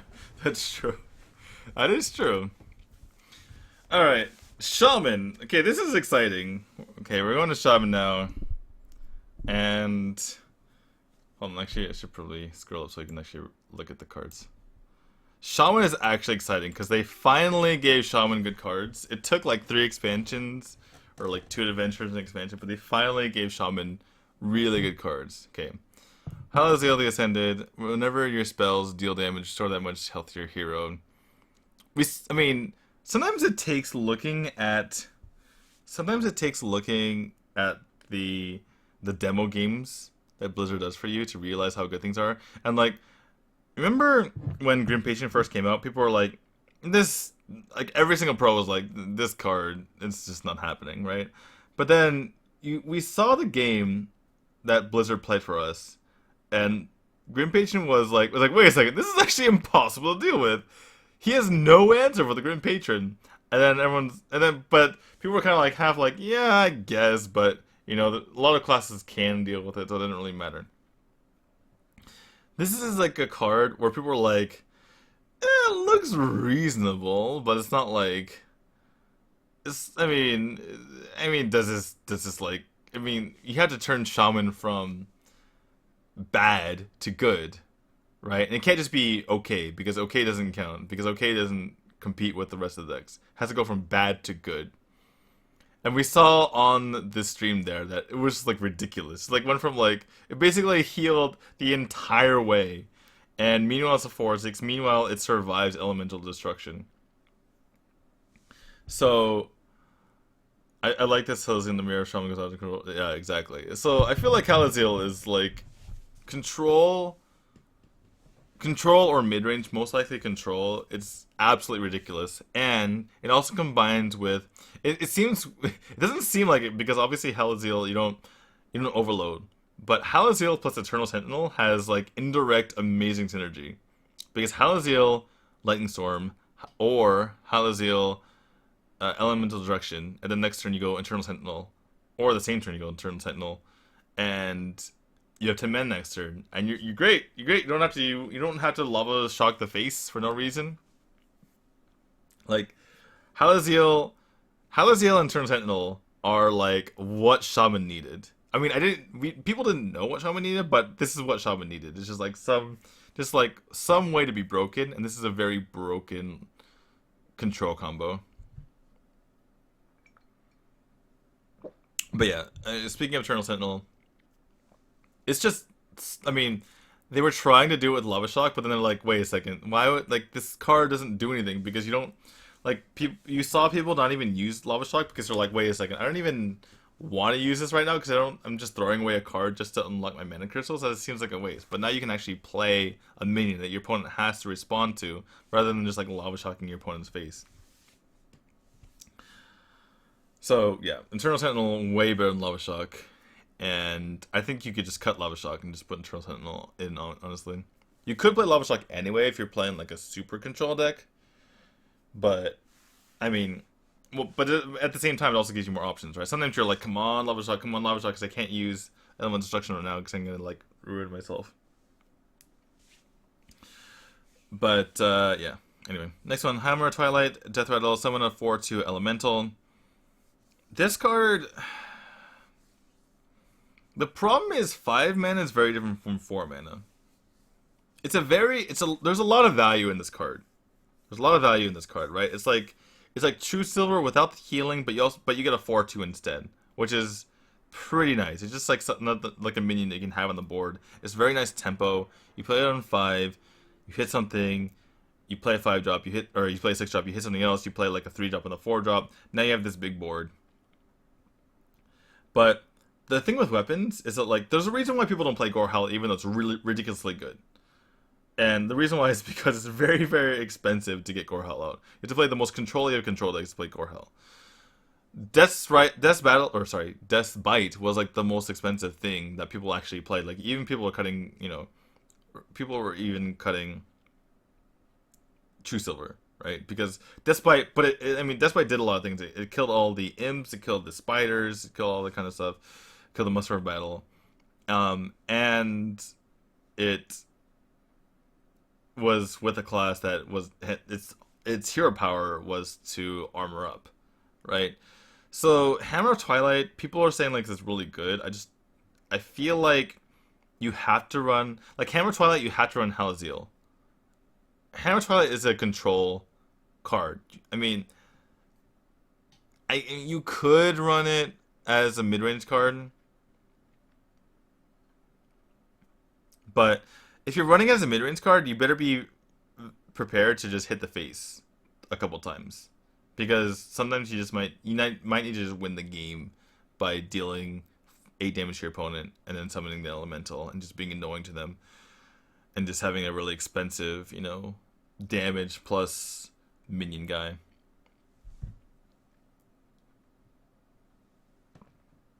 I think his card is fine, but never gets played because Doomhammer never still in Bro's desk. Yeah, but Doomhammer, people underestimate how much Doomhammer hurts because Doomhammer is an aggro shaman card. I mean, you could play it like mid range just to have like the extra burst, but you really lose a lot of tempo.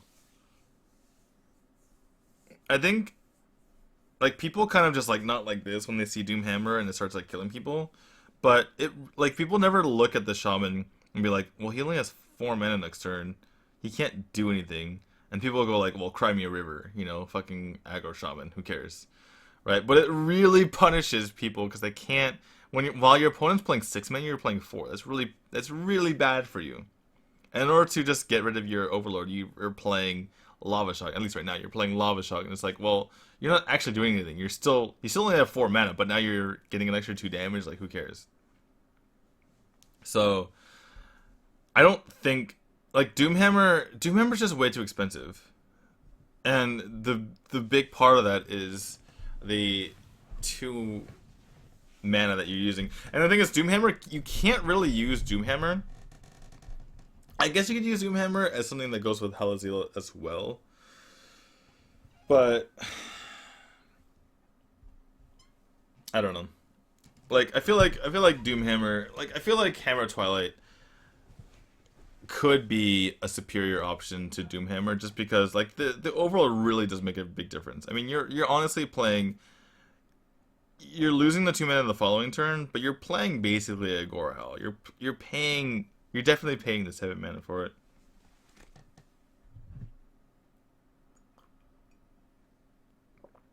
If you take Doomhammer, it's a 5 mana for 16 damage in 4 turns. Well,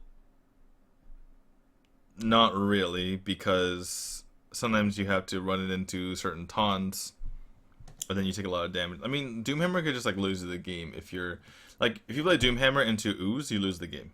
If you play Doomhammer into Harrison, you lose the game. Hammer of Twilight, you play into that, you get a 4/2 afterward. So that's actually, here's the thing, like Hammer of Twilight is like kind of it's insurance against the weapon removals as well, right? Because you play Hammer of Twilight, and then your opponent goes, well, I could play Harrison, but that costs all my mana, and then the 4/2 trades into my Harrison anyway, and I get 1 card. And then my opponent trades his 4/2 into my 5/4, and then he gets initiative. Or I play Ooze, and then I have 3 minutes to do something, and then my opponent has a 4/2 that hits me in the face, or can trade with my 3/2. Like, you're not actually getting value.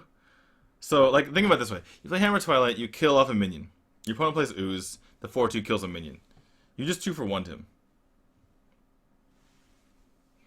Whereas if you play Doomhammer, you you just lose 7 mana for your opponent's 2, or you draw your opponent's 6 cards.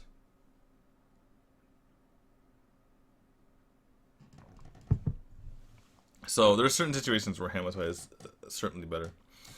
All right, evolve, transform your minion. I think this is where Mihaisen got confused. I think we found out why Mihaisen got confused because this little graphic right here is. Hold on. Wait, what?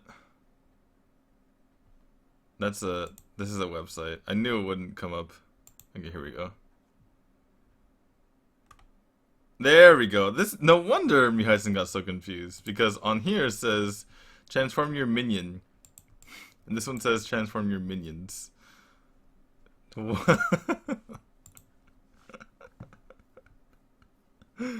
Oh my god, that's so funny. Anyway, Evolve is a great card. You might not see two of it because it could you like if you have two Evolves in your hand and you're just sitting there with Evolves.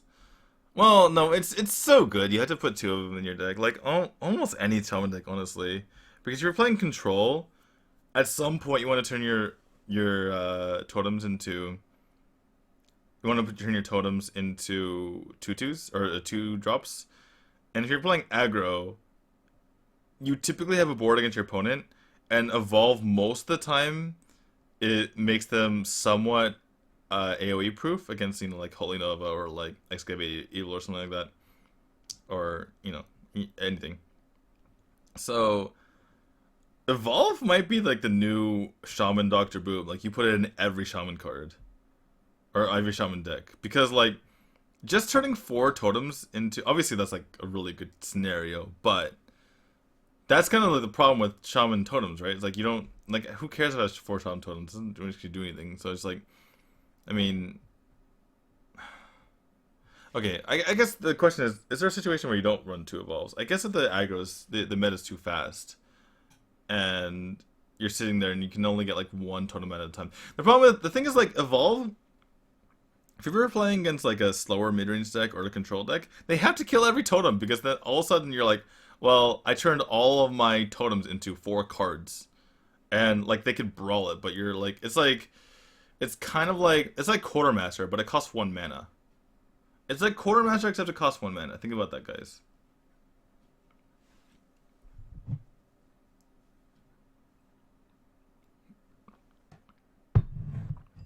Evolve its energy with the hammer and also with the 4-1 wounded Hollow Tails and Instruction. Yeah, exactly. It turned into a 6 as well. But I believe initially the card was revealed with the text bench translation. Someone fixed it after. But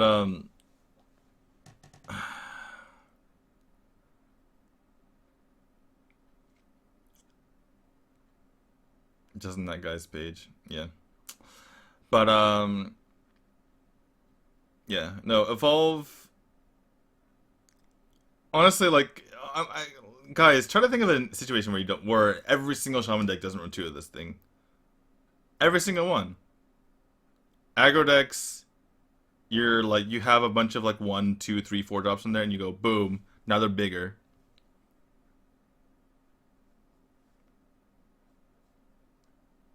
If you play mid range, it's the same thing. You have like a mix of totems and minions. They're all bigger. You play control. I guess if you're playing control, you might not. I guess you're playing control. Like Evolve is only good against other control decks, and you might fall behind because you have like you can't ever get many totems on the field. So ironically, you wouldn't play Evolve in control decks. I say ironically because that would be one of the best situations, right? You're playing control versus control, and then it's like you have a bunch of totems, and you're like Evolve. But I feel like maybe control doesn't run Evolve just because if you're playing against aggro decks, it might be a dead card, and you might just lose the game because you have it in your hand.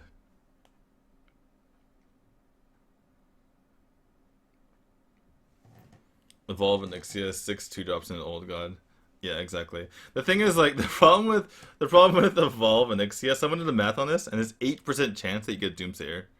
So basically, what's 100 divided by 8 and 100.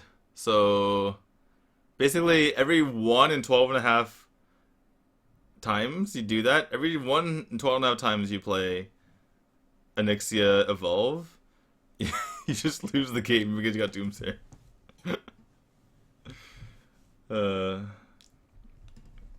But yeah, it'll be that'll be a trolled video definitely.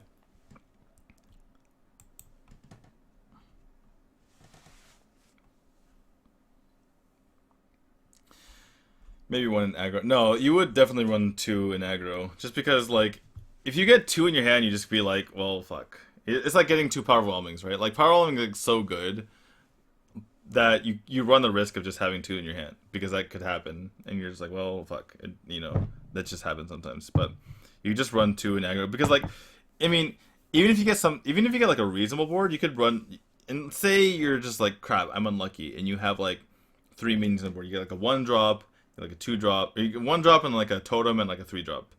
Then that's a 2/3/4, and then, or sorry, 2/2/4. And then you play your evolve the next turn, and you have 3/3/5. I mean, obviously that's assuming they don't kill anything, but you get the point. Like even the worst case scenario, it's not like the worst thing ever. But the more I think about it, the less you can run it in control. Maybe you can run one. I think you probably still run one in control just because it's so good. But you can't afford to run two, I don't think, because you just lose to aggro if you have two in your hand. So that's my conclusion. Two in every deck except for one in control. All right, Massive Revolution. Transfer friendly minion to random one that costs one more. Great card. Great card. 4 mana, 4/5. No overload. What? Shaman got a good card. Doesn't have overload. What is this? What's going on? Oh my god. But yeah, no. It's what is happening, guys? What is happening? Shaman's getting good cards now. You just play this on turn 4. There's like not even situational. You just play on turn 4 and it's great. It's like, oh, crap, I don't have a board. Oh, I'm sorry. I guess I just played my 4 mana 4/5 right now. Like, it's so good. Thinking from below. 6 mana 5/5 taunt costs one less for each totem you summon this game. We saw it. Okay, people were looking at this card and like, all the pros were saying it's pretty good. I was like, it could be really good. It could be very, because I mean, you don't always get to play, or you don't always get to totem, but we saw it again in the that one game. It was amazing. Obviously, that was a much slower game, but I mean, not the greatest against aggro, but worst case scenario 6 mana 5/5, which is like, that being the worst case scenario is not too bad, and it could be in the best case scenario is like a ridiculous tempo swing. So, I mean, these cards don't all necessarily line up with each other, but I feel like they're good enough on their own that you could just like, you could find a way to put all these cards in the Shaman deck. Private Fusion, give it meaning +1/+1 for each of your totems. I'm not as high on this card as a lot of people are. I feel like why? Because if you have a lot of totems, then you're playing control. And why do you need this card if you're playing control? If you're playing aggro, why are you making totems? If you're playing mid-range, you could be playing totems, but you could also not be playing totems if you have a good draw, if you have a good curve. So suddenly, like if you're playing, say you're playing like mid-range and you just like, you have a pretty good curve and you manage to get, then you don't have time to totem because you're playing on curve every single time, and you get like one totem on the field. You're like, okay, great, my Primal Fusion doesn't do anything. I guess you could play a totem that turn. I guess it's kind of like a guaranteed +1/+1 and most likely a +2/+2, just because you probably have some sort of totem on the field and then you play another one. I just feel like this is not nearly as good as Evolve, I don't think. It doesn't do enough, is the other thing. Like, the best possible, I guess the best possible is that it's +6/+6, but it still costs a card. And if you're toteming every single turn, you're probably, the fact that it's 1 mana doesn't matter. You know what I'm saying? Like, the fact that it's 1 mana, like, I guess it's like something that you could do. You could like totem and then, buff your other totem or something like that. but that's assuming they don't kill your totem. But if you have 6 totems on the field, then you're probably fine with, you know, just passing, right? Most of the time, if you have so many totems in the field, like even if you have 3 or 4 totems in the field, you're probably not interested in being aggressive anyway. And if you're using this as a way to trade, then you probably have a way. I mean, if you had a different card in your hand anyway, then that you could just use that card to do the trading for you. So I don't think Primal Fusion is that great. I think it just doesn't do enough, and it's a bit too situational. Could be something that's played, but I mean, I just don't like what decks does it fit in. You know what? Why are you playing that card? You're playing aggro. You don't need it. You're playing mid range. It's not always going to be useful. If you're playing control, then why you might as well just have something that does more, like Stormcrack. Like Stormcrack does the same thing. You remove a minion. You don't need to have taunts. You don't have need that stuff on the board. If you're playing control, this is horrible against aggro because they're always going to clear your taunts, at least, or your totems most of the time anyway. Mid range, I guess really the biggest thing, the most likely deck you find this in is mid range, and even then it's just like okay. Anyway, Stormcrack deal forward damage to a minion of load 1. Uh, 6 summons on the field will only happen against the AFK opponent. You can't get 6 summons on the field from hero power. Thanks, Mihaitin. I appreciate it. I appreciate your help. I understand. I get it. Alright. Stormcrack, deal 4 damage to a minion. Overload 1. It's no RNG crackle. It's kind of like a Shadow Bolt. You pay the mana next turn. You can make your Tunnel Trog bigger. It's kind of nice on like turn 2, or like if you. I mean, this is kind of one of the ways that Overload can be good, right? It's not like Feral Spirit where you just. I mean, Feral Spirit. The only reason why Feral Spirit's good because Tunnel Trog. Without Tunnel Trog, Feral Spirit's like garbage because it doesn't do enough, and you're just like, well, now I'm ruining my next turn. But Stormcrack, if you just like fit it in. If you just fit in Stormcrack, then you kill something off. It could be nice tempo.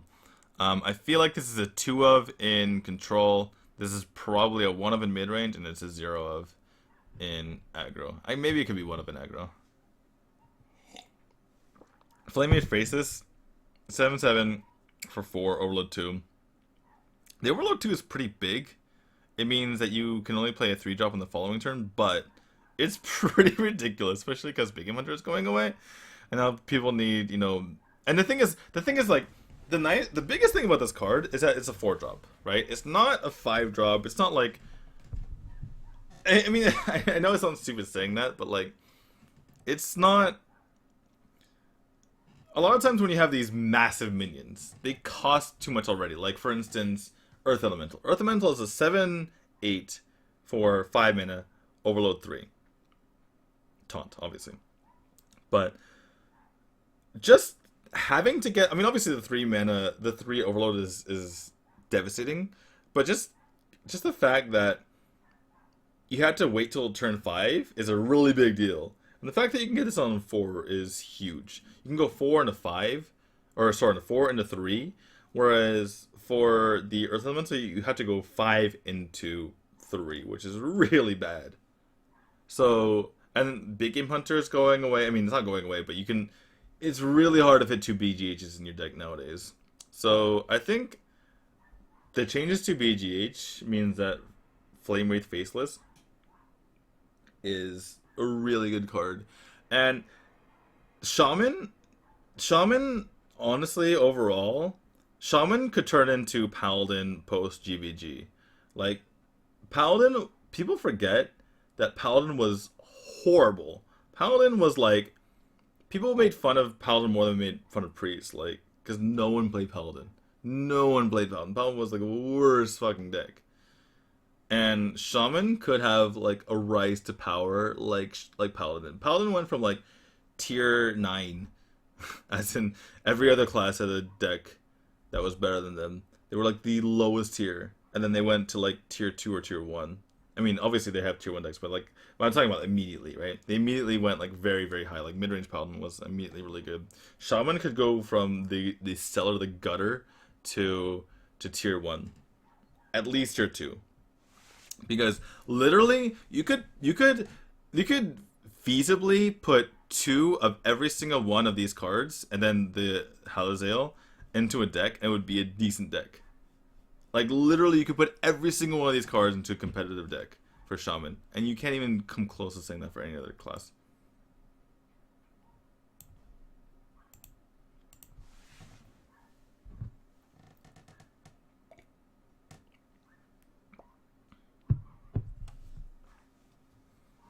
I believe Shaman and Center would be more broken than the best deck. That wasn't wild and close to that. And maybe. Alright, next. Warlock, Cho'Gall, Battlecry. Next, 7 mana, 7/7. Next spell you cast a turn, cost health instead of mana. Obviously, really good for control. And it makes it a lot better that you can't just kill it with BGH for ease. I mean, you can, again, but it's like, whatever. But, yeah, pretty good control card. I think you run it. I don't think it's an auto include. I think you need to have a specific strategy because you don't always run Siphon Soul, for instance. But I mean, the problem with this card though is that like draw problem's going away, and then there's not a lot of a lot of amazing Shaman cards. So, or I mean, not Shaman. There's not a lot of amazing Warlock spell cards. Like you could play that in like Shadow Flame or something like that. But that's the biggest problem with Shogo is like there's not a lot of great Warlock spell cards as far as coming back into the game, and you'd obviously play this in control. So Cho'Gall, I think like it will be in half of the Warlock control decks, maybe 40%. Warlock doesn't have heal anymore, only Reno or Earthen. Reno's all they need, Mihaitin, Reno's all they need. Cho'Gall, as I feel, is a Shadow Flame card. Yeah, but at that point, you might as well just play Power Royal and make Shadow Flame. Alright, next one. Renounced Darkness. As you can see, the guy put Forest's face on there. Replace your hero power with Warlock cards, and Warlock cards with another classes. The cards cost one less. This is going to be a fun Trollden card. It's just too unreliable. Like, you just get these random ass cards. You're like, what do I do with these? I guess, you know what? What I just said actually might make this card okay. And for the same, it seems weird, but it's like for the same reason that Reno decks end up being good, because like, Reno decks, people didn't think that putting one of each card made them good, but if you put one of each card, it's just like the deck wouldn't be good enough. But maybe, like, if you think about it, Warlock cards are garbage. Warlock cards are absolutely garbage. So maybe you get a full hand, you're playing Control Warlock, and you play this card. You know what? This card might be okay. It's not gonna be. You have to have a very specific game plan to play this card. You have to like revolve your deck around this card. But I could see maybe 10% of Control Warlocks playing it, and then like making it work every once in a while. It won't be very competitive, but I could see a tier 3 deck. I could see a Renounced Darkness tier 3 deck.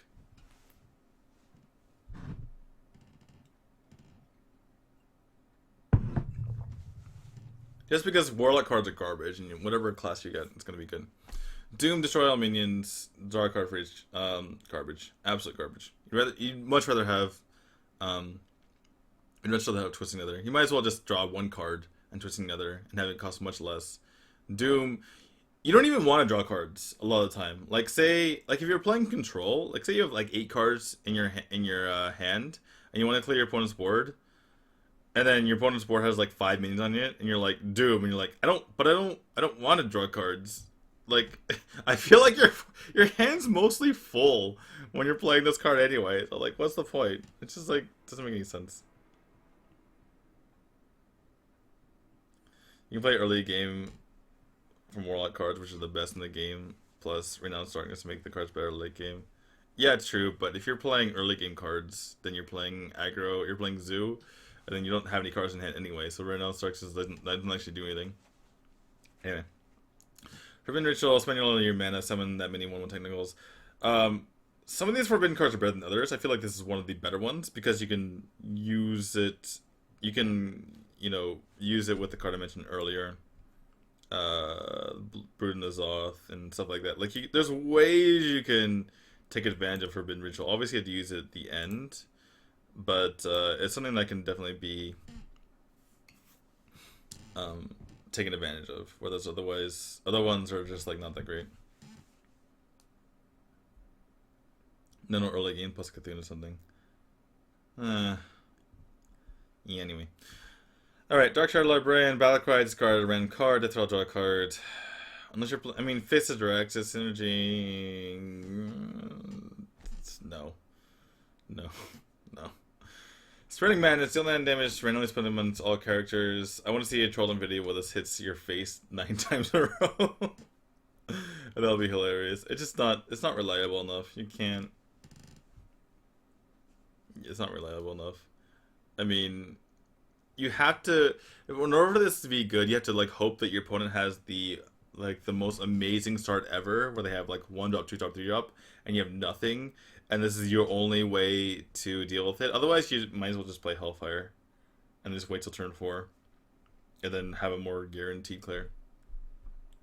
Possessed Villager, Death Rattle, summon a 1/1 Shadow Beast. Oh, I got a follower. That was actually really loud. Sorry about that. Gary can't be found. Thanks for following. Appreciate it.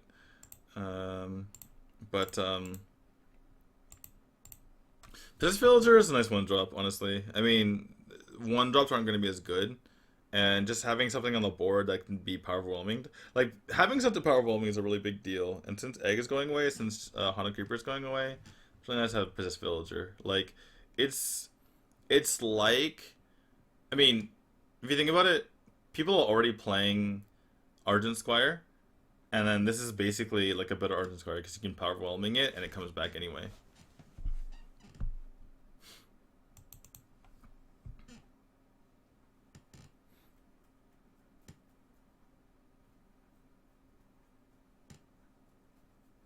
Alright, next one. Dark Shard, Councilman. After you summon a minion, gain +1 attack. I mean, I guess the only time you'd play this would be Zoo. I guess you could like Dark Shard, Councilman, and then Forbidden Ritual, and just have like a massive guy. So on turn 10, you can go Dark Shard, Councilman, and Forbidden Ritual. What would that be? So it's +7, so it's an 8/5 for 3. This is reasonable, I guess. But you're not. But then the 1/1s could just die, and you're basically spending. You're spending 10 mana for an Onyxia, but not as good. So, I mean, I guess the other side of that coin is that you can just go, Dark Shard, Councilman, and then play Forbidden Ritual, play whatever else, and it ends up being reasonable. But,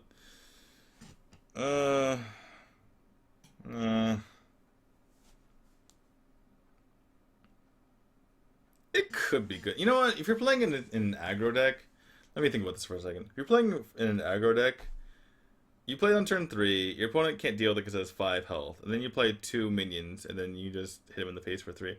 3 mana 3/5, it's usually a 3 mana 3/5. You do Forbidden Rituals legit with Sea Giant. No, but you have to play the Forbidden Ritual last, is the thing. You can't play Forbidden Ritual then Sea Giant. It doesn't work that way. Because you spend all your mana.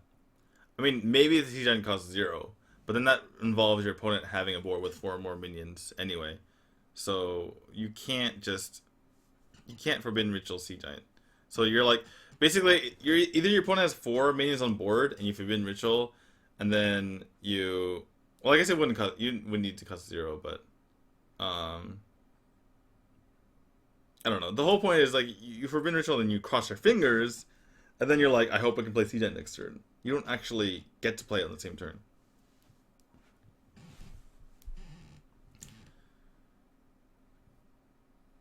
A 1/5 is on a 3-drop.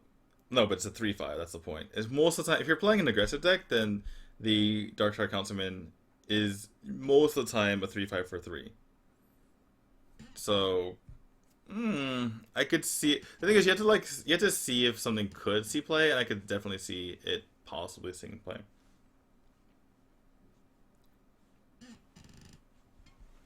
But yeah, it's something like I remember people were looking at in game boss and like, no, this is not a good card because it's like it's kind of like Dragon Lane mechanic, but it's one less mana, but who cares? Like meh.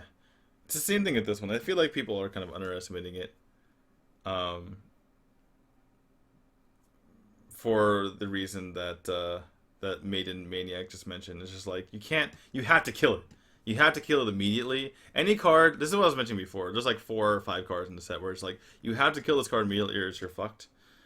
And the fact that you have to kill this card means that like it's problematic. The problem is that you can't play it onto a board in which your opponent has stuff that can kill it. But that's why you play aggro decks. It's basically it has to be an aggro. The more I think about it, this has to be an aggro card in an aggro deck.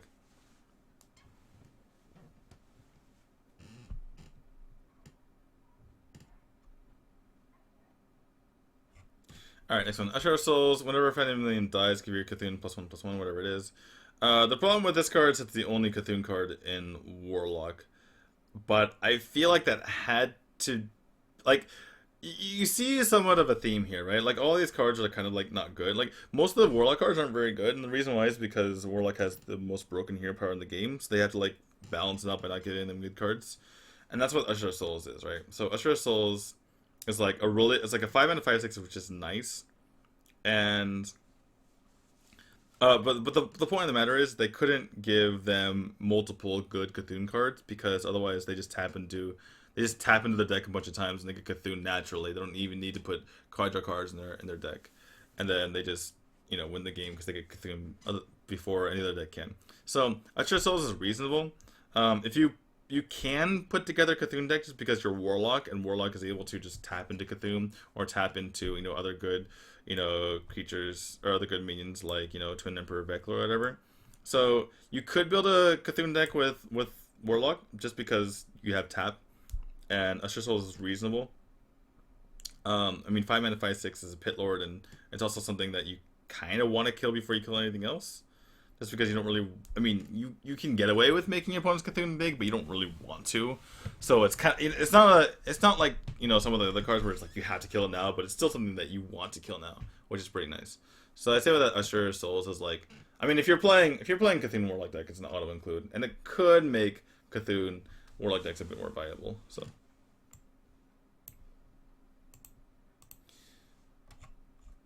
All right.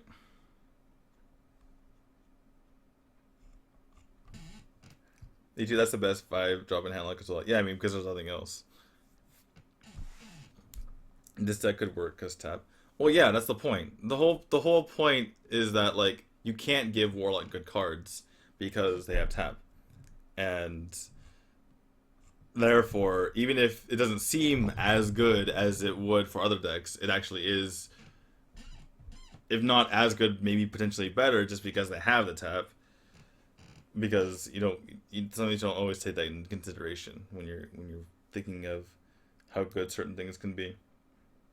Just like how like Reno Warlock people didn't think was going to be a thing until it happened. Anyway, on a warrior, Malkarok, Battle Cry, equip a random weapon. I feel like this is like a 50-50 including control warrior, just because like you don't need all those weapons, but it's a nice. A lot of times you're struggling for cards as a warrior, right? Like warrior is one of the few decks that actually runs Acolyte of Pain, just because they like, please, I just need cards. So you could definitely see wanting to package two things together. Obviously, with some of the weapons going out, like getting something like Curseblade would be problematic, but most of the weapons are pretty decent, and most of the weapons are worth more than 2 mana, and getting a 5 mana 6/5 essentially, and then getting a potentially pretty nice weapon is nice. But it's absolutely control warrior, and I still feel like there's better things you can put in your deck. Like you can maybe put in the Hogger in your deck in replacement for this guy if you don't need the weapon. So it's kind of like it's like a 50-50 including control warrior.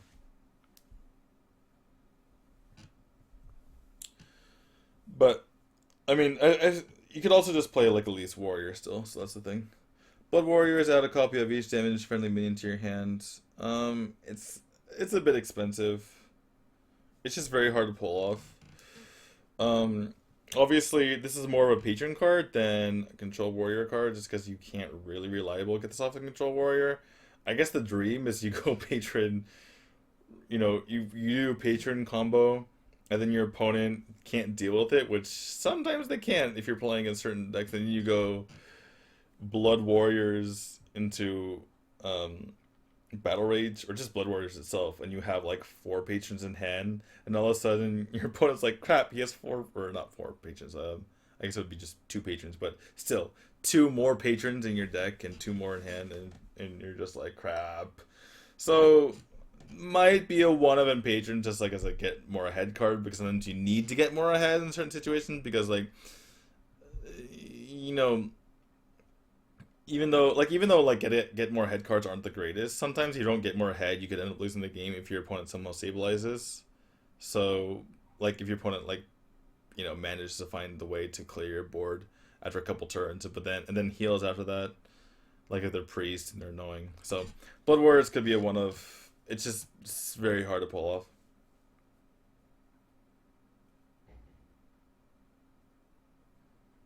I love how you guys are still talking about Malkorok. Anyway, tentacles for arms. Death Rattle, return this to your hand. Uh,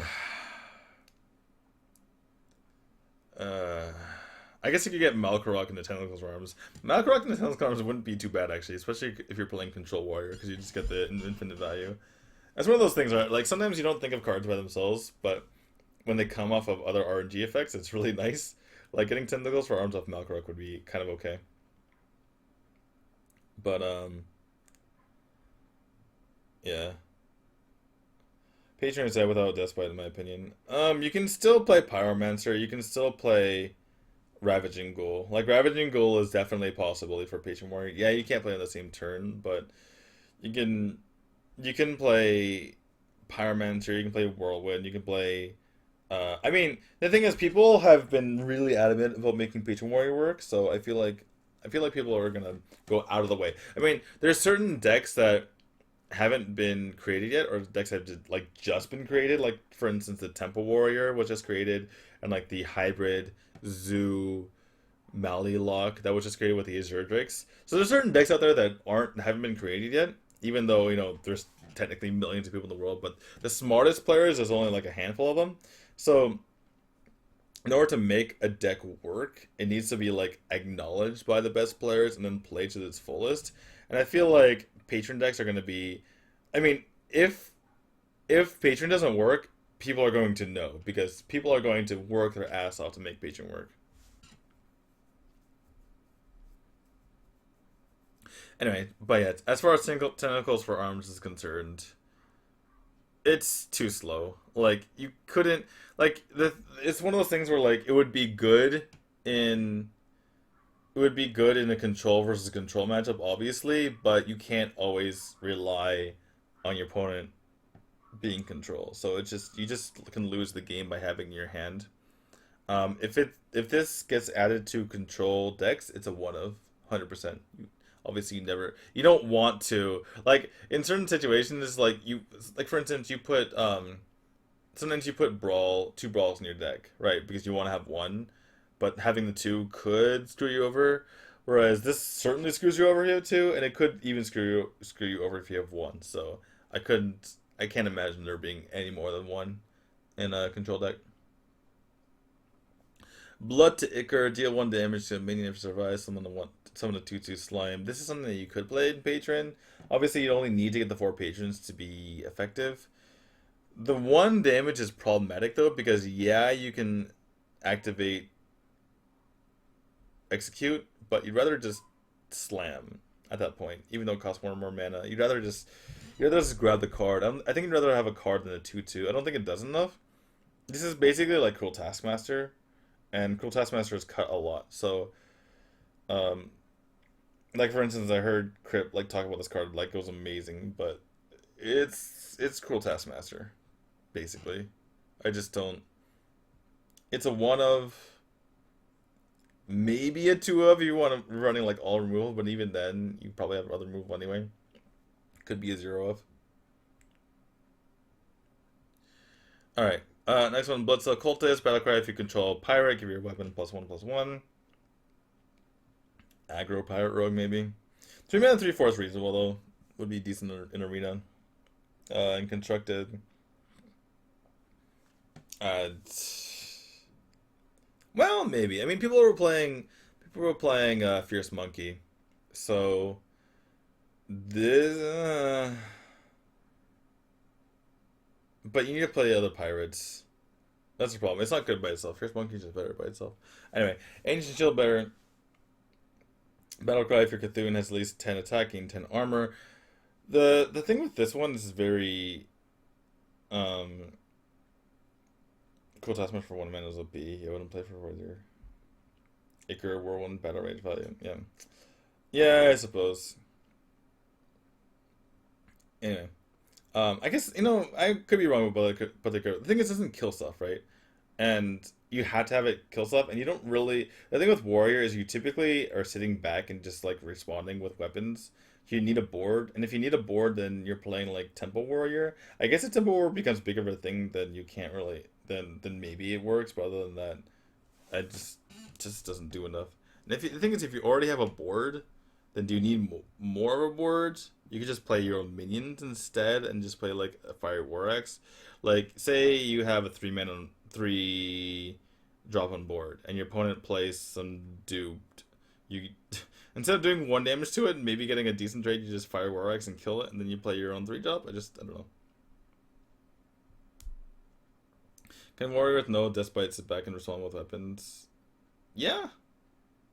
I mean, it has Fire War Axe. It has King's Defender. It has other things as Bash.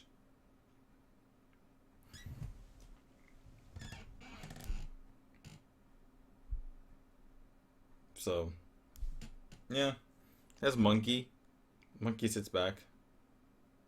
I just don't feel like this like does enough. Plus the pirate, exactly. Anyway, Ancient Shieldbearer. Ancient Shieldbearer. Ancient Shieldbearer, obviously it's a lot more expensive than our priest buddy. What was it? Twilight Dark Mender. So 5 mana 6/5. This is 7 mana 6/6. So basically you get 1 health for 2 mana. But this gives you armor and it's guaranteed. Like, the thing is, if you're playing control matchups, this is much, much better than the other guy. Because you're not, I mean, if you're playing control matchup, you're never going to get the 10 health. You're never going to get the 10 healing from the other guy. So against aggro, the other guy's better. Against control, this guy's better. That said, like overall, I would say the other guy's better just because you're playing against aggro a decent amount. And even if you're playing against mid range, the 10 healing is pretty massive. So I just don't. I mean, this card. There's no other Cthulhu card for warriors. So like, I just don't see the point. I feel like removal warrior is still going to be the best way to go about it. Maybe patient warrior. And it's just really expensive, honestly.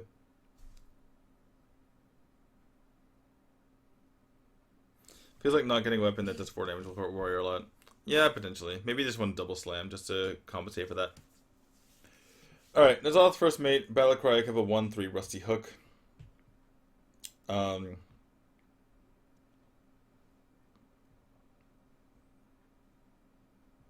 I don't know. I mean, anti-aggro maybe. Aggro has to be really popular. Otherwise, like, you're not. Even if you do 3 damage to your opponent's face with the hook, uh, maybe you put a one of this guy in your deck just to deal with aggro. I just don't see it. Anyway, Ravaging Goal, Battlecry, deal 1 damage to all your minions. This is really, I mean, if Patron becomes a thing, this could be very nice as well. I mean, people are always looking for whirlwind effects. I mean, the problem with this guy is that Muster of Battle's going away. Um, Hondo Keeper's going away. Implosion's going away. So you don't really need whirlwind effects as much. And it's yet to be seen whether like things like the Wisps card or, you know, Stand Against Darkness or whatever it's called, the Paladin card. Yeah, it's not necessarily going to be played either. I guess this would be pretty good again if there's a Divine Shield meta and you don't really want to play Blood Knight. Like if this works well with patrons and works well with your deck, your overall deck plan, and you don't want to run Blood Knight and it kill the Divine Shields, that could be good too. So I feel like this is the thing. The other thing is like dealing one damage. Sometimes like dealing one damage is really hard to do for Warrior. They don't really want to swing a War Axe into it. Or if your opponent play like a 3/4, you play a Fire War Axe. You play this next turn, you kill off the 3/4 for 3. That's I mean, it's a lot of value, right? This Ravaging Ghoul is a lot of value, so it could definitely be played a lot of Warrior, even Control Warrior. Just because, like, Unstable Ghoul, it wasn't powerful enough, and this guy's actual 3 mana 3/3, it's not a 2 mana 1/3. This guy does, and it's a Battle Cry as well, so. Ravaging Ghoul could be the best card that Warrior got, honestly. Because okay, I wouldn't be surprised if Ravaging Ghoul was in every Warrior deck. It could be not as many if doing one damage doesn't matter, but I wouldn't be surprised if it was almost an auto include. Last one, Bloodhoof Brave, Taunt, Enrage, +3 attack. One more Taunt, I guess, for Warrior. You can put the Monkey and you can put this in. So, like, you could play super defensive Warrior. You could put the Creeper in. Where is that thingy? Where'd that guy go? The Bog Creeper in. You can put some more taunts in. Just be super defensive. It could be a possibility. And the fact that it has Enrage, like if you hit it once, it turns into a 5/6 taunt. The only problem is that like 4 mana 2/6. Like if you play it on 4, it's very difficult to kill with just one hit. But after 4, it's very easy to kill one hit. Like a lot of things. Like a decent amount of things here have 6 attacks, so it just dies and doesn't do much damage. So that's problematic, but I mean I guess if you're trying to be defensive then it's pretty useful. It's just hard to see what you would put in. Maybe a very defensive Warrior. Maybe this take this place of Despite where you just kinda throw this on the field because Warrior didn't have any very good 4-drop, so this is kinda nice. Just I mean that's the thing, like even if it's not that great, the fact that it's a 4-drop, Warrior doesn't have any 4-drop, so this is kind of okay. It's basically better than the Tangential Master most of the time. So that would be its kind of biggest, uh, drawing point.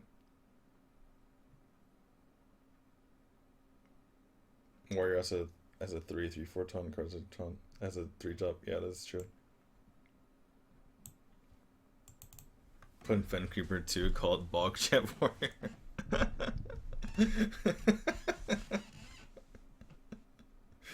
Oh my god, that's actually funny.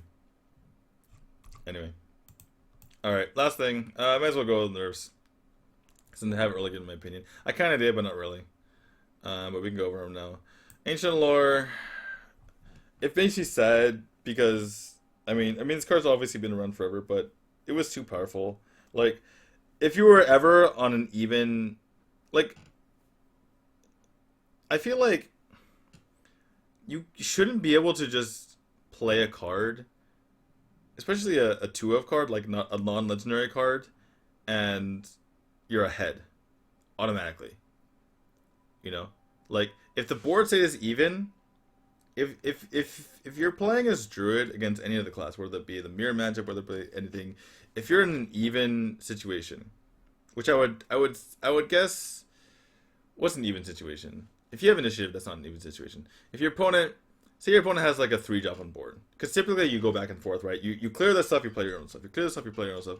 Or if you don't clear your stuff, you play your own thing, and hope your guy's better. Say your opponent has like a 3-drop on board.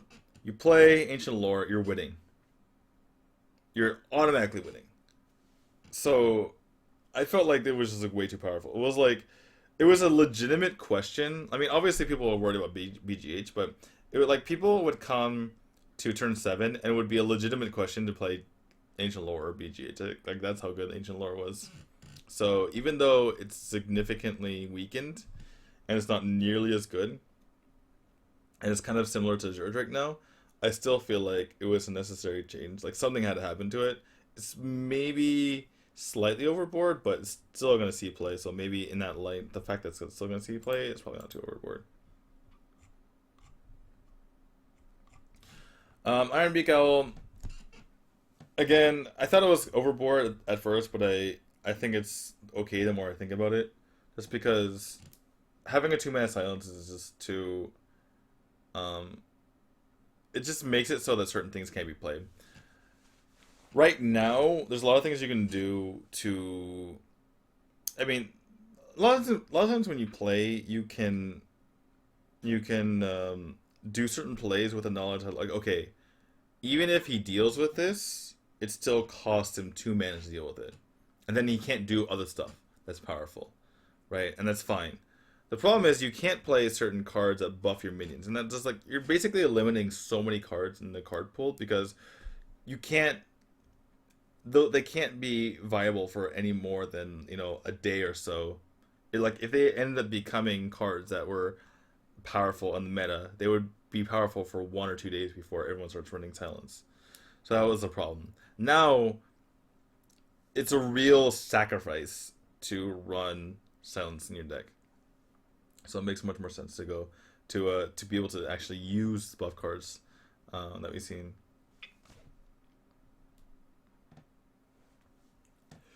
Anyway, Leper Gnome. I didn't think this was particularly necessary. I guess it kind of ruined. You know what? On the one hand, it does kind of make it so that you don't win in like 2 seconds. Like if you go like Leper Gnome, coin Leper Gnome, and your opponent doesn't have like an immediate answer, you just lose the game. So that's something. I guess they want to be able to have some interaction, and it's like the whole like fun and interactive thing. Like obviously like combo just like kills you when you can't even you can't. There's nothing you can do, right? They play like Shredder, and then you can't kill both sides, and they play combo. You just lose the game, and just for being at 20 health, right?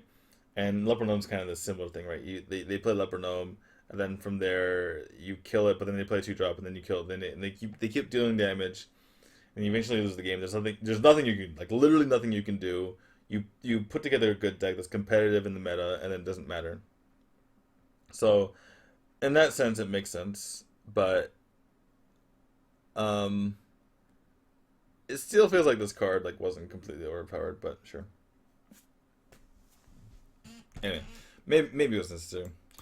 Force Nature, they had to do something in the combo. The combo was absolutely ridiculous. It definitely, I I thought that they had to do something with Savage Roar, but the only way to do that, the only way to nerf Savage Roar is to completely kill it. So I like, in a way, I do like that they went with nerfing Force Nature because now the combo doesn't exist. Obviously, like Druid has just a better, Druid just has a better Bloodlust essentially because it's cheaper and it almost always has more value than Bloodlust unless it's like a bunch of guys on the board. In that case, then well, in that case you're probably dead regardless whether it's Savage or Bloodlust. But they're leaving open the possibility of things like Token Druid, and Force Nature is still like a reasonable thing. Like you're still getting 6 mana or a 6/6 up for 5 mana, you can still play it in things like Token Druid and still be a really big problem. You just give your opponent a way to deal with it in advance, so it's not like completely uninteractive. Like before, if your opponent has 1 minion on board, you lose the game with combo because if you're like at 20 health or whatever, which is very problematic. And like in particular, like double combo is absolutely ridiculous. Like if your opponent has like a board and they play double roar, as like it's crappy, but they still had a chance to deal with it. And then sometimes, even though like sometimes you get lucky, sometimes you get unlucky. It's not like completely uninteractive.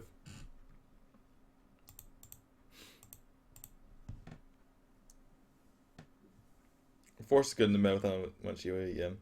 All right, next BGH. So BGH is one of my favorite nerfs, honestly, because you can't just play it now. But you need like people were talking about like um making it so that BGH doesn't kill, or like there doesn't exist a minion that kills big guys.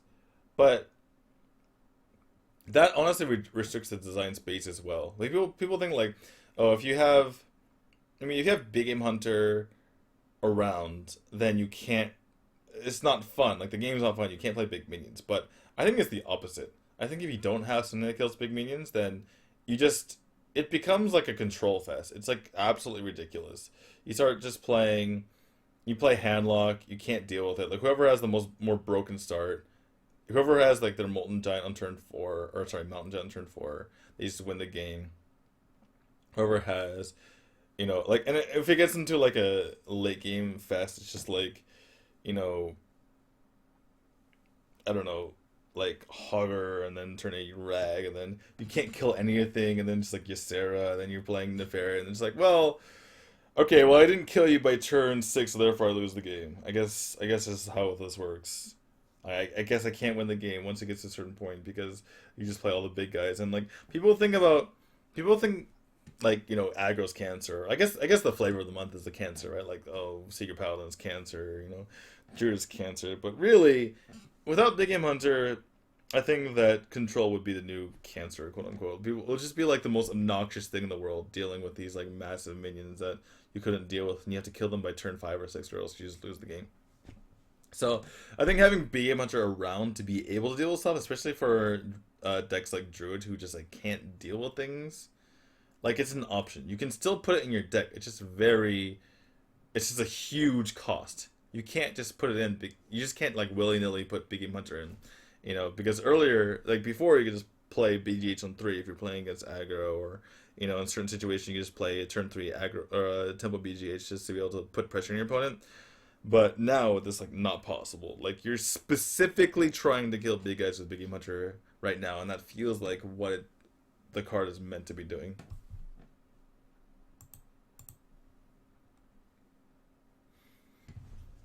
BJ's nerf is a big problem with 7/7 from Shaman. Yeah, but now you can actually play that card. That's the thing. You can actually play it now. Like before, it was like, nope, unplayable. Can't play this card anymore. BGH exists. It's like, no. It's like it's so much less fun. Like it goes both ways, right? You need to be able to kill this card, but you can't. You need to be able to kill those cards, but you also can't have it so easy to kill the cards. Anyway, Arcane Golem, charge battle card, give your opponent mana crystal. So it changed from a 4/2 charge to a 4/4, not charge. Um, I also think it's a good change. I mean, aggro players hate it, but it was such. How many games do you lose because like freaking Arcane Golem just like. I mean, I know there's still gonna be ways you just die because of the top deck, nonsense. But like, 4 damage is so much, and it's so much more. It's so easy to just kill you after you've done a significant amount of damage to your opponent. Like, yeah, they killed Arcane Golem completely, but I felt like it was kind of like the stealth OP cards. I felt like Arcane was one of these stealth OP cards where it's just like, really, you have Arcane Golem plus Abuse, so I'm just dead here. So, and it also opened up a lot of possibilities for like OTK stuff, and now you need like Thorson for OTK stuff with Leroy. So, I do like the change to Arcane Golem. I mean, less. It just makes things more interactive, right? You're not just sitting there taking. It's the same thing. It's the same mindset that I have with Leopard Gnome, right? It's like a lot of times you just like, okay, Leopard Gnome turn one, shoot up turn three, and then like, or shoot up turn two, and then like some other stuff turn three, and then it's like, okay, well, I finally stabilized. Oh, just kidding, I'm dead. Arcane Golem, Or I played, and Lothar's not gonna exist anymore, but it's like, oh, I played Lothar, well, I'm dead anyway because of Arcane Golem. So I kind of like the change. I mean, aggro still can be a thing, but you can't just win because you top deck Arcane Golem or you have Arcane Golem in your hand. There's like no way your opponent can deal with. Again, it's just being able to deal with what your opponent has. Keeper of the Grove doesn't seem like a card that like it didn't seem too powerful, but the fact of the matter is like, well, I guess I didn't play too much aggro.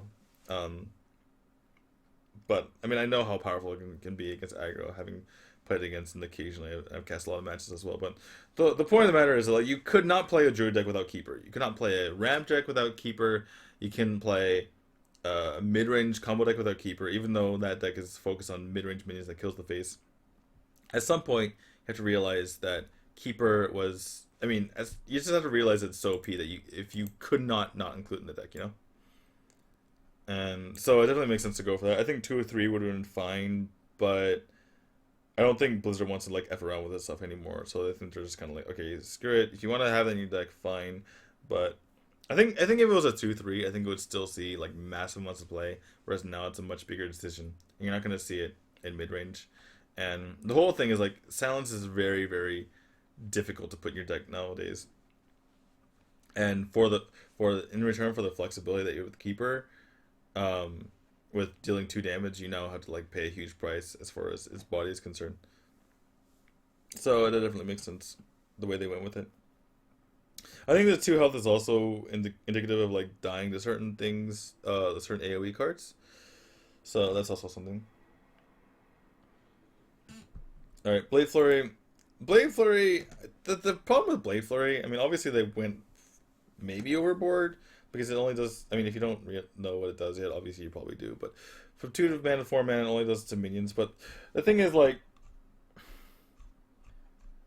the bigger problem with Rogue is it didn't give Rogue good cards afterward. Like, if they want to turn Rogue back into Tempo Rogue, which is, in case you weren't around in 2013, that was the main Rogue deck, was Tempo Rogue.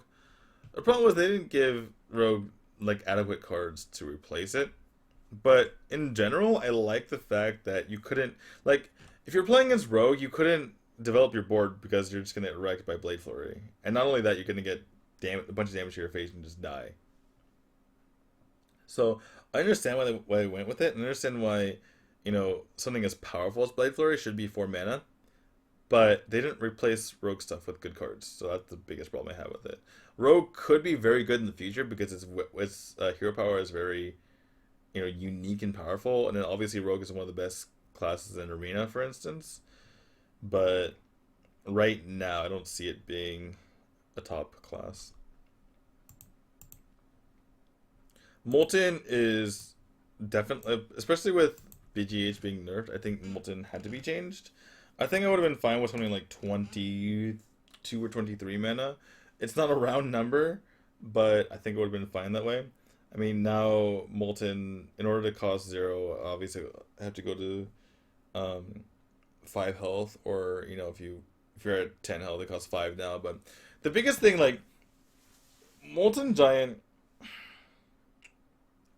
people people who weren't around in 2014 or playing playing this game a lot in 2014 or end of 2013 actually, they don't know the tyranny of Molten Giant and how ridiculous it was. I think it's a really bad design space. Like, I'm someone who played a lot of Handlock back in the day, and even I can attest to the fact that, like, if your opponent can, like, if you can be behind the entire game, you're just behind. You're doing nothing. You're literally doing nothing, and your opponent is beating the crap out of you, and you just go, then you go, nope, molten taunt. I win the game. That's not the greatest design, honestly. It's like I'm literally doing nothing. I'm not dealing with your board at all. I'm letting you develop as much as you can, and I go molten taunt, or I go molten shadowflame molten, or I go molten Reno, or if it's like later in the game, I go molten Reno shadowflame, or molten taunt Reno shadowflame, if I have discounts. But the point of the matter is like, it's just really, it's not the greatest design where it's like, I can't hit you in the. I mean, there was certain strategy around it, obviously, but it was just really bad. Where it's like, well, I know you run two Moltens in your deck. I can't hit you right now because if you have double Molten, I lose the game. So I need to hit you a certain amount, but I can't hit you this much because then you will win the game with double Molten. But if I hit you not enough, then I don't win the game. So I have to hit you exactly this much, but might not have enough to win the game anyway. And it's like having a deck that revolves around that, just like if you have Molten, you win. If you don't, then you lose. This is like it's not the greatest, honestly. And I was someone who played a lot of decks with Molten Giants in them. But yeah, I think I like the Molten Giant change in general. I think they kind of killed it pretty hard. I think that could have been more like 23. One of the things that one of my the things I initially thought of or initially thought they should do, and I thought of this like 2 years ago, by the way, when I thought the Molten Giant was absolutely ridiculous being able to play it for 0. I thought that they should have it like kind of like Unstable Portal, right? Like Unstable Portal, not Unstable Portal. What's it called? What's it called? The what's the 4 mana Warlock portal? Something portal. Warlock portal. Can't spell. What's this good thing called? Summoning portal. That's the one. Like summoning portal, it costs 2 less, but they can't cost less than 1. That was one of the original things I thought Molten Giant should be, because even if you just make it cost 1, it really restricts what you can possibly do with it. So I mean, at the time I thought like they should at least make it so that Molten Giant cost 1 at least. And then from there, it really restricts what you can do. Because you can't on turn... Like, if your opponent has a super fast start and you haven't dealt with it in the slightest, you can't just go, Molten, and then Defender on turn 4. I guess you can Molten Sun if you're... But you couldn't, like... There's, like, a lot of things you couldn't do. But, anyway, a long, short story is that I think having a 25 is better than 20. But I'd rather have it more like 22 or 23. Hunter's Mark is a change that needed to be made, because even though people forgot about Hunter's Mark, and that's why they don't think it's something that needed to happen. Sorry, but when Hunter was strongest, it was absolutely ridiculous. Like, they play out all their mana, and Hunter's a tempo class. They don't really care about cards nearly as much as other decks. So to be able to just play out a normal amount of mana and then just kill something with 0 was ridiculous. Like, say for instance, they have a web spinner on board, and then your opponent, innervate Ancient of War, and then they go, okay, I'm gonna Savannah Highmane, I'm gonna Hunter's Mark your guy, and I'm gonna kill it with my web spinner. Like, that was absolutely ridiculous. So I do agree with Hunter's Mark, and design space, all that kind of stuff as well.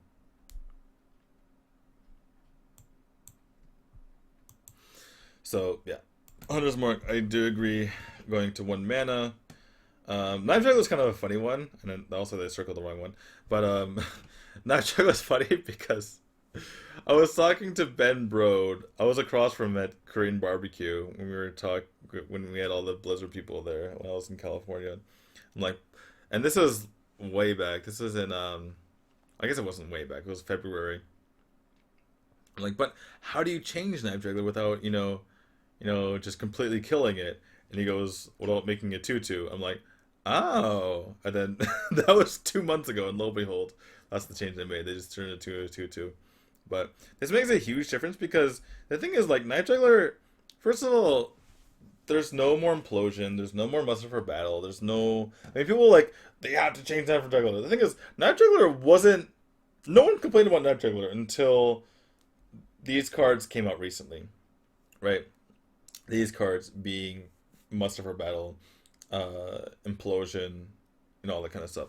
I mean, you can still see the forbidden, whatever the card is, Warlock, forbidden ritual, but that costs all your mana to do that. So you're getting a lot of damage on your opponent, but you're not getting a Light's Justice, and you're not killing something on the board anyway. That could be problematic, but it's still, like, you're not